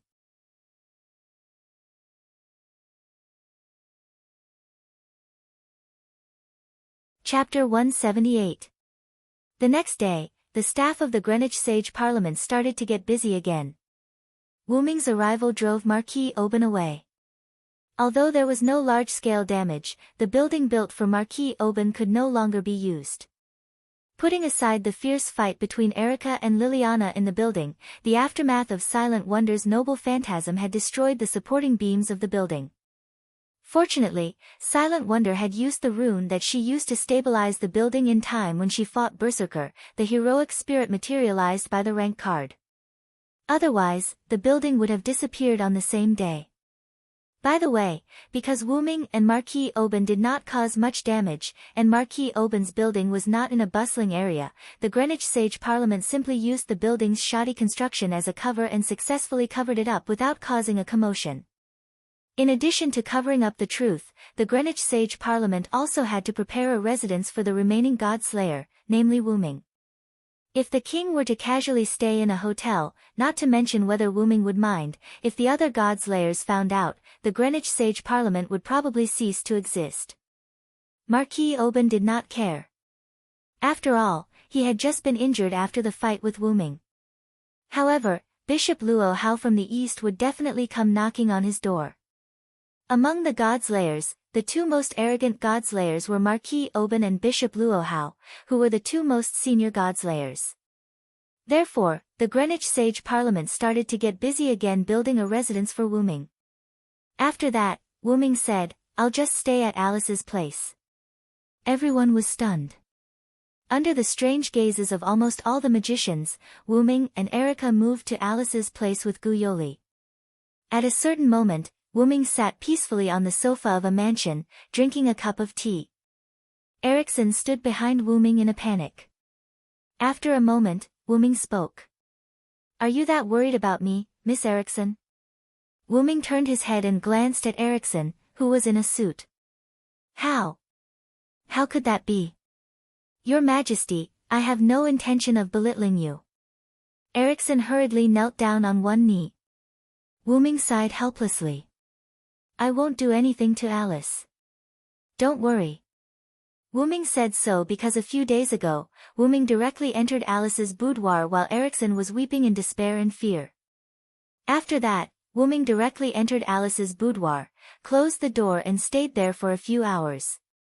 When a man who could be said to be the most powerful man and a very beautiful woman stayed in the same room for a few hours, the result was naturally obvious. Somehow, the news leaked, and almost the entire magic world knew that Wuming, the seventh god slayer, the king of disobedience, and Princess Alice, the daughter of Duke Goding and the White Witch, were married. That lord is really swift and decisive. This was the general impression that all the magicians had of Wuming, the god slayer. But in fact, Wuming entered Alice's room only to protect her. Of course, in order to increase efficiency, Wuming chose not to protect her forehead this time, but to deepen their relationship more intimately. Of course, this was also because Alice didn't reject it, so Silent Wonder acted this way. And Erica, who knew that this was a serious matter, didn't stop Wuming. However, she didn't look too happy. After all, there was no saying that the cow that came first would eat the grass later. Ahem. Back to the topic, after Wuming protected Alice for a long time and kissed Wuming for a long time, Alice's cheeks were abnormally red, and then Alice fell asleep because her body received a lot of energy. So, Wuming sat by Alice's bed, took out the Nameless Spellbook from Dragonist, and read it. After all, the spells in the Nameless Spellbook were endless. Even Wuming, as its owner, couldn't master all of them. He could only search for a certain spell when he needed it. In this way, Wuming stayed in Alice's room for a few hours, which led to the wrong relationship between Wuming and Alice being spread all over the magic world. Thinking of Alice's flushed face when she woke up a few hours later, Wuming's lips curled up into a smile. It could be said that it was precisely because Alice fell asleep while kissing and blushed that Erickson was more convinced of their relationship. Later, on the grounds that, although the two of you are close, it's still inappropriate to do things during the day, she was actually afraid that her master would be taken advantage of again, so she stayed beside Wuming to supervise him. Seeing Erickson hurriedly kneeling on one knee, Wuming was playful. "Since you already know my relationship with Alice, why should I be stingy for a while?" "Huh?"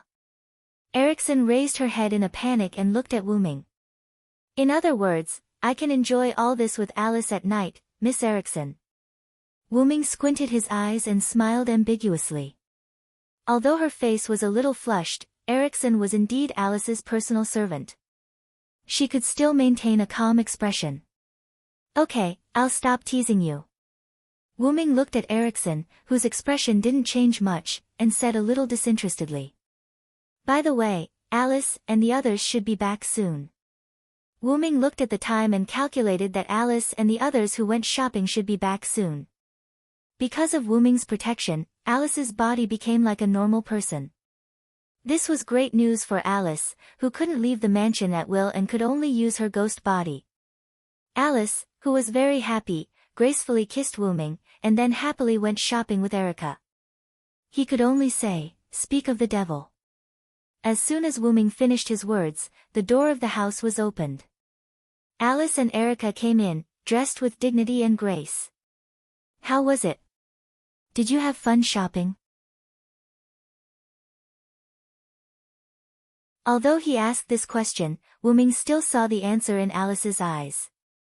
"Well, thank you very much, Master Wyrm." Alice bowed to Wyrm again. "There's no need. Now that everyone knows about our relationship, why are you still being so polite?" Wyrm teased. "That's true. Then, please take care of me in the future, Master Wyrm." Alice smiled happily. Ericsson's face became even more distressed. At this moment, she was sad for her master who was involved with the God Slayer. There would be a lot of dangerous things in the future. "Ahem, my king, Mariguchi Yuri has been safely sent back to Japan. The History Editing Committee of the local magic association has successfully protected him." Erica interrupted the strange atmosphere between Alice and Wyrm.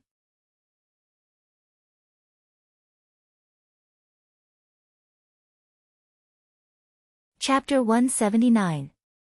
Seeing that they were getting down to business, Wyrm and Alice did not continue. Facing two kings at the same time, that witch must be scared.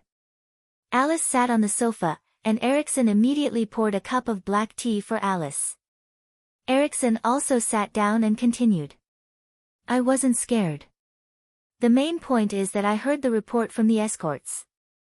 When Wanli Gu woke up, he asked where our king went. It seems that our king has once again captured the heart of a young girl." Ericsson looked at Wyrm with a teasing look. Wyrm smiled indifferently. "Let's stop joking. How is Marquis Woban now?" According to the intelligence of the Sage Parliament, the Marquis immediately returned to his base in the Balkans after the battle with you, and then there was no news of him. Alice put down the teacup, put her hands on her lower abdomen, and looked at Wyrm elegantly. He used the resurrection authority, so he should not be able to move for a while. Let's not worry about him for now. Wyrm crossed his arms and thought for a moment. After all, the restrictions of the resurrection authority were not so easy to break. Even Wyrm's vitality, incarnation, which had become a noble phantasm, had restrictions that prevented it from being used for a period of time after the resurrection. After all, it was a complete resurrection, and unlike Marquis Wyrm's resurrection, Wyrm would recover to his full state after the resurrection. Let's leave it at that for now. Wyrm looked around at everyone and stood up. I've decided to leave England tomorrow and go to Japan. Wyrm's sudden departure made Alice a little worried. Are you going to verify the contents of the spirit vision? To be honest, Alice was a little worried. After all, the scene she saw was too terrifying. The earth cracked, the sea withered, the volcanoes were ready to erupt, and the sky was filled with smoke and dust. The Divine Sword Envoy and the Divine Sword Envoy were constantly fighting, and destruction was coming. Wyrm was not worried. He used the divine aura and touched Alice's head. Don't worry, I'll take care of everything. Affected by the holy aura, Alice's heart instantly calmed down. Don't worry, Your Highness Alice. As the first knight of Wyrm, I'll keep an eye on the king and make sure he doesn't run off, Erica comforted her. Then I'll be counting on you, Miss Erica. Alice smiled sweetly. Wyrm felt a little helpless. She spoke as if it was easy for him to create chaos. But it was clear that the Godslayers had the constitution to create trouble. That night, almost everyone was asleep, including Wyrm. Suddenly, Wyrm opened his eyes and looked in front of him. Aloli was lying on Wyrm's body. What are you doing here? Wyrm was puzzled when he saw Athena's black pupils. However, Wyrm did not see any fighting spirit in Athena's eyes, so he did not put up any defensive measures. No matter what, they were both gods of disobedience in principle, and both of them were related to the dragon snake god. In fact, there was no need for them to fight to the death. To be able to wake up the moment I arrived, it seems that you haven't fallen during this period of time, my compatriot. Athena's magnetic voice reached Wu Ming's ears. Her snake-like eyes revealed a satisfied look of approval. Wu Ming sat up unhurriedly and hugged Athena, who was still sitting on his body. Wu Ming was not surprised that Athena could enter the mansion with multiple barriers. After all, Athena was known as the goddess of wisdom. How could a mere modern magic barrier stop Athena? Why did you suddenly come to me? Are you still chasing after the Gorgon stone? Wu Ming said rather casually and yawned halfway. For some reason, Wu Ming felt a sense of familiarity with Athena, so he did not fight with her like last time. Athena did not seem to care about being hugged by Wu Ming. To be exact, she enjoyed Wu Ming's embrace. Along the way, Athena shifted her body to make herself more comfortable. Athena then looked into Wu Ming's eyes seriously and said, "Of course, I'm chasing after the snake. Of course I've been chasing after the snake, but I didn't sense the snake's presence this time." Athena was right. The aura of the Gorgon stone had indeed disappeared. To be exact, it was sealed by Wu Ming. Since Athena retreated, Wu Ming knew that he would not be able to get in touch with her for the time being. A powerful god relic like the Gorgon stone would not only attract Athena, but Marquis Warban as well. Therefore, Wu Ming used the advanced sealing spell in the nameless spell book and multiple lune runes to completely seal the aura of the Gorgon stone. After hearing Athena's words, Wu Ming extended his hand into the golden ripples that appeared in the air and took out a carved stone that did not contain any mana. What do you think? It took me a lot of effort to seal the Gorgon stone. In addition to that, I placed it in my authority space. You didn't even notice it when you were so close to it. Wu Ming smiled proudly. Athena looked at Wu Ming with admiration. I didn't expect you to have mastered so many powerful sealing spells. You're really something, Vilo-Theranced. Athena could feel the faint connection from the Gorgon stone. She could not help but touch the Gorgon stone. Moreover, aren't you afraid that I'll take it away from you? Athena placed her hand on the Gorgon stone with a fierce look in her eyes. Wu Ming smiled, then he patted Athena's head and said, I can see that you don't have any intention of snatching it. And even if you do, I'm confident that I'll be able to take it back after you've done so. Athena smiled and patted Athena's head. Athena could not help but smile when she saw Wu Ming's confident expression. She touched Wu Ming's face and said, as expected of the warrior I've chosen. My compatriot and fellow member of the Draconic Serpent. Looking at your confident smile, even I want to have a good fight with you. Athena was known as the goddess of war, so it was not surprising that she would be easily provoked. Seeing the flames of war in Athena's eyes, Wu Ming hurriedly interrupted her. By the way, what are you doing here? Fortunately, Athena's fighting spirit had yet to take shape. After hearing Wu Ming's doubts, Athena calmed down. I have something I need your help with. I'll take you to a place. Athena jumped down from Wu Ming's bed, grabbed Wu Ming's hand, and jumped out of the window with Wu Ming. Just like that, Wu Ming, one of the only 7 god slayers in the world and one of the 7 kings, ran away with a disobedient god. After Alice and Erica found Wu Ming, they criticized him more than once, but every time Wu Ming laughed it off. Of course, this was a story for another day.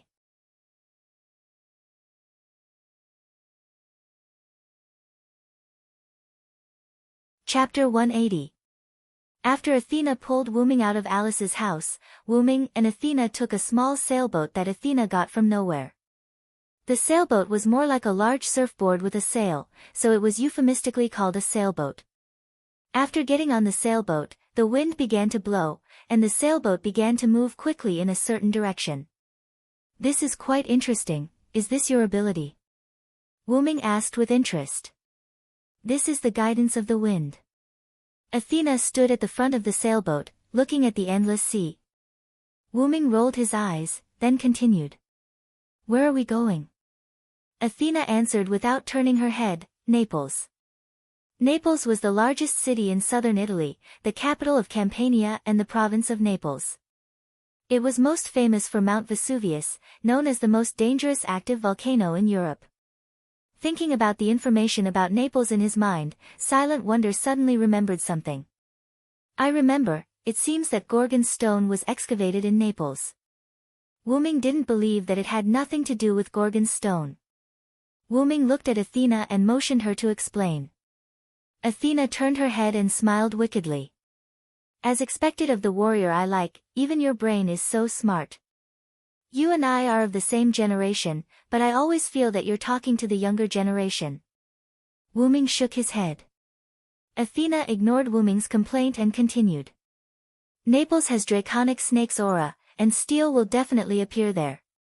Steel? Wuming was a little confused. Although Erica once provided Wuming with information about steel, it was still too little, so Wuming didn't know much about steel god. Seeing Wuming's doubts about his natural enemy, Athena looked at Wuming with disappointment. Although I don't know why you forgot about your natural enemy, let me teach you a lesson. Athena then told Wuming about steel god. Steel god was a metaphor for the smelting process of steel and the legend that he himself was made of steel, as well as the god of disobedience who killed draconic snake. Generally speaking, as long as it was a hero god, they would have steel god's characteristics. But it wasn't absolute. Generally speaking, the god of steel referred to the hero god, but most of the hero gods and non-hero gods with steel characteristics usually got their steel characteristics from the deeds of slaying dragon serpent. In that case, their steel characteristics would be particularly rare. Steel god's characteristics should have steel's smelting process and the legend that he himself was made of steel. The god of disobedience. Steel god and the god slayer were natural enemies. As long as they fought each other, steel god would become stronger, and the god slayer would become fanatical and warlike. In addition, steel god and the god of disobedience related to draconic snake were also natural enemies. In other words, Athena, who pursued Gorgon's stone, the snake, and Wuming, the knight of the round table, Villothorancid, were natural enemies of steel god. Wuming raised his eyebrows. Do you mean you want me to deal with steel god? Or do you want to fight with me? However, for those god of disobedience, there was no such thing as a gang fight. How is that possible? Although I'm not that weak without snake, I'm still a little weak, so I'm not your opponent. Athena smiled slyly. Wuming was now convinced that Athena must have found out about his identity as the god of disobedience, and that's why she came to him. Previously, Wuming didn't reject Wuming. Now, Wuming understood that this was like a cousin, younger cousin, and a cousin, older cousin. Even if they were cousins, they were still related. Of course, Wuming knew what Athena meant. With Wuming, the god of disobedience with a high draconic attribute, the god of steel in the present world would definitely come looking for him.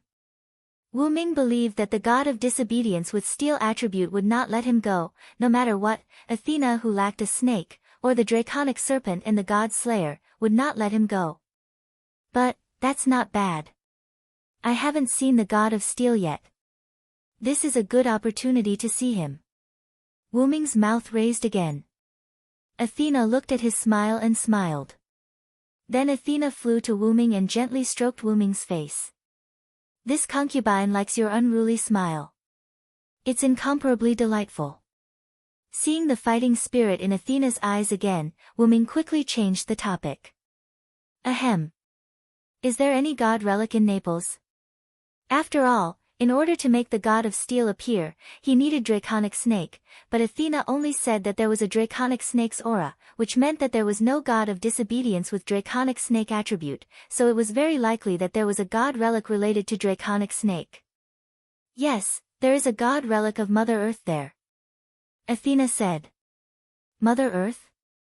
Wuming remembered the information provided by Erica, which contained information about Mother Earth. Mother Earth, also known as Mother Earth or Mother Earth, referred to the goddess who specialized in fertility and symbolized the grace of the earth. However, not all goddesses in this category could be called Mother Earth. In myths around the world, the gods who could be classified as Mother Earth were powerful masters of maternal power in their mythological system. But in later myths, a large number of Mother Earth were belittled as the wife, sister, or daughter of a male god, or died directly. Take Hwashya as an example. Goddess Hutu, one of the 12 witch ancestors, was a very pure Mother Earth.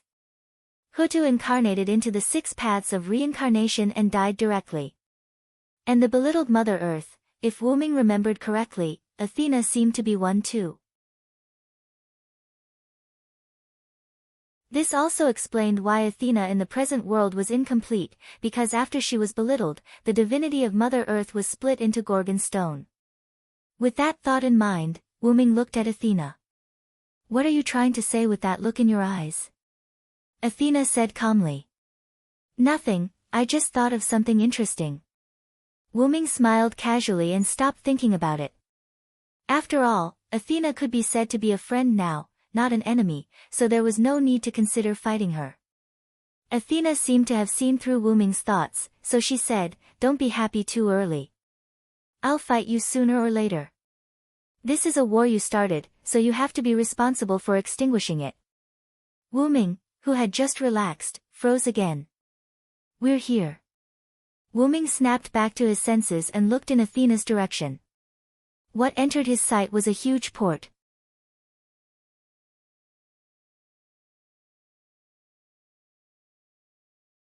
Chapter 181. The bustling port during the day has become quiet at this moment. After landing on the shore, Wuming and Athena headed in a certain direction, which seemed to be a mining mountain. "You can feel it, right?" Athena asked. Wuming nodded and looked in the direction where the two were walking. This magical power is like Gorgon stone that has been completely unsealed. However, at that moment, Wuming also felt another magical power, which he was very familiar with. This is. If I remember correctly, this is Salvatore's power. Wuming said so and continued to look in the direction he was looking at before. That's right. There's another enemy of mine here, Athena said as she looked at a certain spot on the mountain. Wuming felt the power that Salvatore used during the battle, the silver arm that could split everything. The Sage Council of Greenwich called it, Silver Arm the Ripper. Wuming had a bad feeling. If that idiot is here, it seems that this battle with the God of Steel is inevitable. As soon as Wuming finished speaking, a huge magical power rose from somewhere in the mountain, and a huge beam of light illuminated the entire port of Naples. Then, in the eyes of Wuming and Athena, the huge magical power began to condense, and finally formed a huge western dragon. The draconic snake has appeared, and the God of Steel should be nearby. Athena explained to Wuming. I see. Let's hurry up and deal with the God of Steel. Although I'm not human and don't need to sleep, I can't change my habit. Wuming yawned and then ran in the direction of the dragon. Athena, on the other hand, watched as Wuming left. She spread her owl wings and followed after him. At the top of Mount Vesuvius, the crater. A young Caucasian man with blonde hair stood at the crater of the volcano. He was dressed in an elegant white suit and looked down at the giant dragon flying above Naples. So that's how it is, the God of Steel appeared because of the serpent. After saying that, the man jumped. Nay! A white-winged Pegasus flew over from nowhere, and the man jumped on the Pegasus' back. Nay! The Pegasus flew toward the dragon with the man on its back.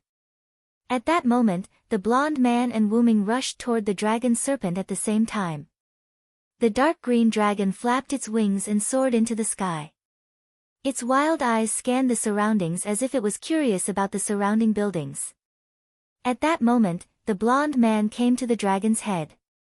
Evil dragon, today, I, the hero, Perseus, will kill you. Like a hero slaughtering an evil dragon in a fairy tale, Perseus condensed a long blade in his hand and charged towards the giant dragon. Roar! The dragon was unwilling to be outdone. After roaring, it rushed toward Perseus. However, with the God of Steel's attribute, the dragon was bound to be at a disadvantage against Perseus. Not to mention, the dragon was just a divine beast, while Perseus was a God of Steel. Roar! A huge saber light flashed, and the dragon roared in pain.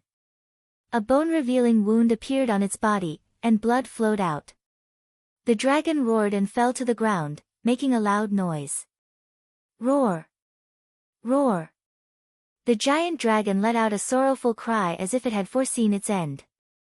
Its cry was very tragic. However, the god of steel would not let it go. Today, the hero, Perseus, will kill the dragon again. Perseus said very confidently, then raised the long sword in his hand and slashed toward the dragon. Please wait a minute. A girl's voice came. Perseus stopped what he was doing and turned around when he heard the melodious voice of a young girl. What a beautiful girl. This is very consistent with the story of killing the dragon to save the princess. Perseus smiled happily.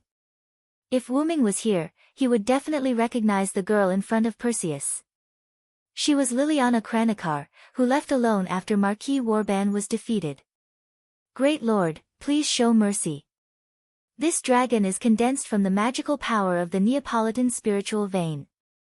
If you kill it, it will cause irreversible damage to the Neapolitan spiritual vein.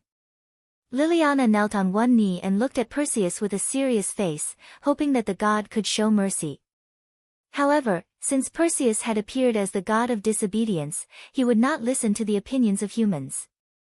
How can that be, young man? This is a dragon, an existence that must be killed.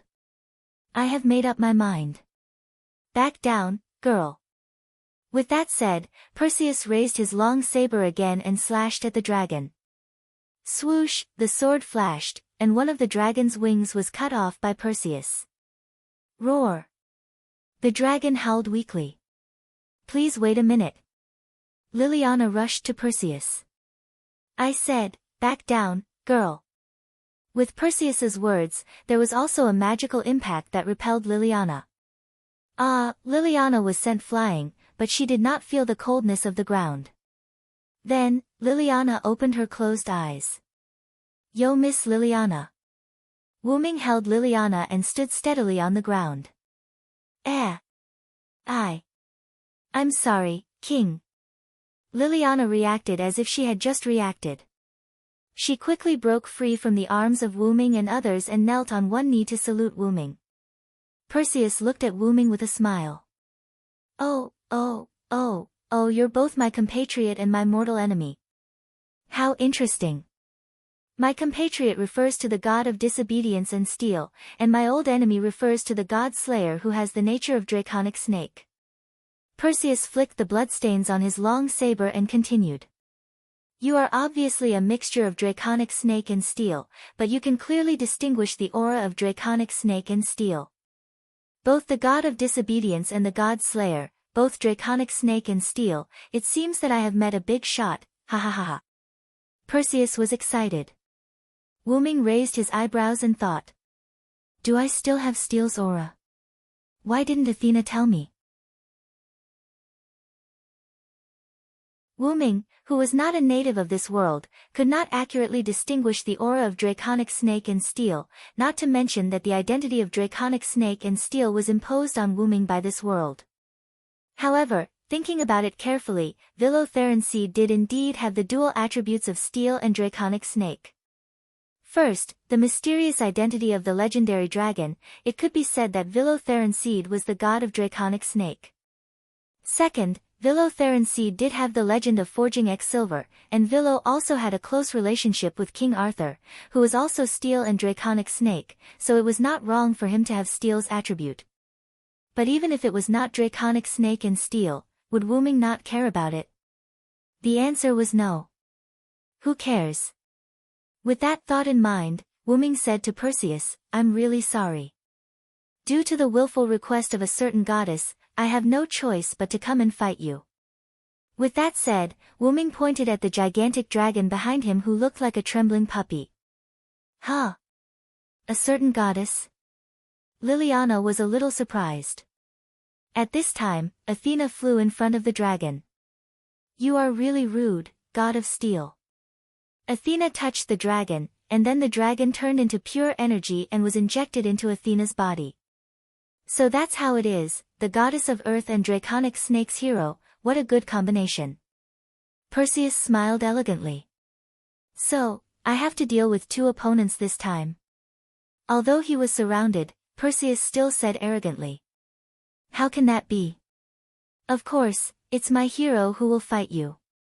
I'm looking forward to this duel. Athena smiled slyly. Wyrm shrugged his shoulders casually, then looked at Perseus. As you can see, there's no time to lose. Hurry up, I still want to sleep. Seeing Wyrm yawning and looking down on him, Perseus was a little annoyed. It seems that I have been underestimated. I have to teach you a lesson, my old enemy.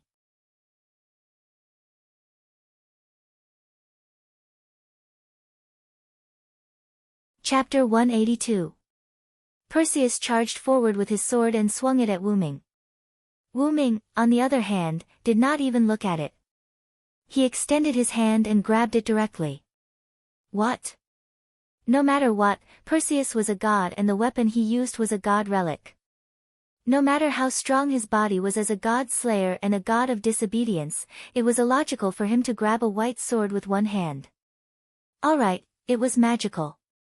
As expected, my body is strong enough to resist a god relic now that I've become a god slayer. Wyrm smiled as he grabbed Perseus' sword as if he had expected it. As expected of a top dragon snake. It's not unreasonable for him to have such a powerful armor. Perseus immediately let go of the long sword in his hand and leaped backward. At that moment, Athena, who was standing behind Perseus, had already left. Perseus materialized a bow and immediately pulled the bow fully. A seemingly ordinary arrow was shot at Wyrm. Along the way, a powerful force exploded from the arrow. Like a dragon, it charged at Wyrm. Wyrm tossed the long sword in his hand away.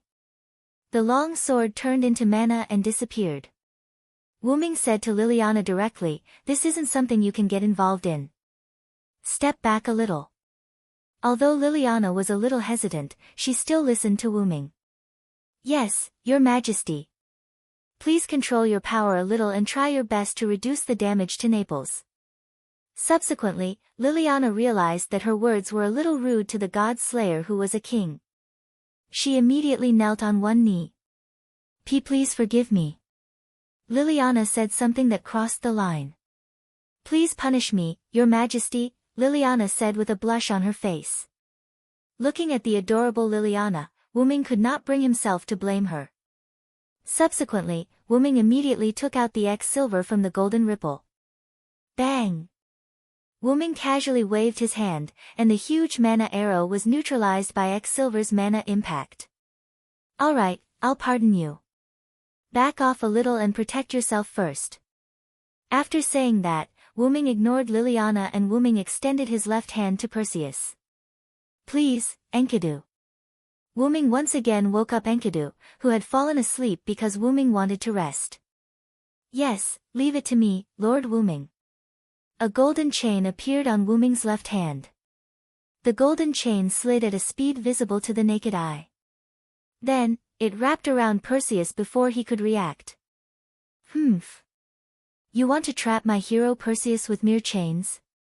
Perseus tried to struggle, but he couldn't break free. Not to mention breaking free, these strange golden chains were getting tighter and tighter. "What is this? Is this a weapon against gods?" Perseus couldn't help but ask. Wyrm was still in a leisurely mood. He slowly walked up to Perseus and said, "This is Enkidu, the heaven lock that is specially used to deal with gods. I think even you should have heard of it." Looking at Wyrm, who was getting closer and closer, Perseus broke out in a cold sweat. "Is it a weapon against gods in the Sumer divine system? I don't think this is the authority you obtained from killing gods. I really didn't expect that you, a Celtic god, actually have a treasure from the Sumer divine system. I'm really getting more and more curious about you." Wyrm stopped when he was still some distance away from Perseus. "So, are you ready to return to mythology, Perseus? I'm the strongest, and I hold all victory in my hands. No matter if it's a human or a demon, I'm the one who defeats all enemies' hostility. I will defeat any enemy that blocks my way. Giants with unparalleled divine power, please give me your aid." As the words were spoken, the long pointer on the stone plate in Wyrm's inner world suddenly turned and pointed to the 2 o'clock direction. It was the stone plate that depicted a giant that towered into the sky. Then a huge golden giant phantom appeared and enveloped Wyrm. Thou hast violated the contract and brought evil to the world. Lord's Day, sinners will be punished. Shatter their backs, dig out their bones, hair, and brains, and trample on their blood and mud. If I'm the one who can't get close to the darkness, I'll follow the Lord's words and destroy thee. The short pointer on the stone plate pointed to the 5 o'clock direction. The small stone plate lit up, and the small stone plate that lit up was engraved with a portrait that looked like a black hole that absorbed everything. In an instant, the giant changed color from the original gold to red, and its entire body was surrounded by the aura of annihilation. The land around Wyrm began to disappear bit by bit. As if sensing something, the light behind Perseus shone brightly and illuminated Wyrm. However, this was of no use. The giant moved according to Wyrm's thoughts. It raised its hand and caught the mythical beast that was flying in the sky, Pegasus, and then crushed it. Nay, Pegasus let out a mournful cry and died in the giant's red palm. Even the mana that had disappeared was devoured by the red palm and wiped out completely. Why? That's obviously the power of Welslana. How can it not be sealed? Perseus was shocked. Of course, Wyrm would not tell him that it was a noble relic that was sublimated from the combination of Welslana and Mecker's powers. 12 powers, God's Killer level, EX type, Human Noble Relic distance, 1 maximum catch, 1 There were 12 incarnations of Dragon species, Giant, Warrior, Storm, Annihilation, Flood, Vitality, Dependence, Thunder God, Phoenix, Sun, and Magician. Each incarnation was comparable to a noble relic. It was the upgraded version of the power that came from killing the gods' clones. It had become Wyrm's own thing. I don't have the idea of a villain telling the protagonist about his ability. You can return to the myth in confusion. With that, the giant's shadow held Perseus. Damn it. Ah. Damn God Slayer. Damn snake. Perseus roared and struggled frantically, but he could not break free from the lock of heaven, Enkidu. The one with the power of annihilation. Kill him with one blow, shatter and annihilate him. Chanting again, the red giant burst out a dark red light, and the hand that was holding Perseus clenched hard. At this point, the famous hero in Greek mythology, Perseus, returned to the myth. Wyrm removed the incarnations of Giant and Annihilation and took back the lock of heaven. Little N, are you okay? Wyrm asked with concern. It's okay, Master Wyrm, because the attack just now was your noble relic. Although it had the power to threaten me, I was not hurt. The golden chain wrapped around Wyrm's arm, and there was a cool female voice. I think so too. After all, I now have full control of the power of authority. Suddenly, Wyrm found a problem. Why didn't the power increase? It was not that Wyrm needed Perseus' power, but the timing was too strange. The God Slayer would definitely gain the power after killing the god of disobedience. This was the law of Pandora's great curse. Wyrm instantly emptied his mind and felt the changes in the surrounding magic. Found it. You're tuning in to the Blissful Bookshelf YouTube channel. We're so grateful for your support, and don't forget to subscribe to join us on this incredible journey through captivating stories. Your generosity through donations truly makes a world of difference, as it's the primary source of revenue that allows me to expand and enhance this channel for you. Thank you from the bottom of my heart for being a part of this adventure.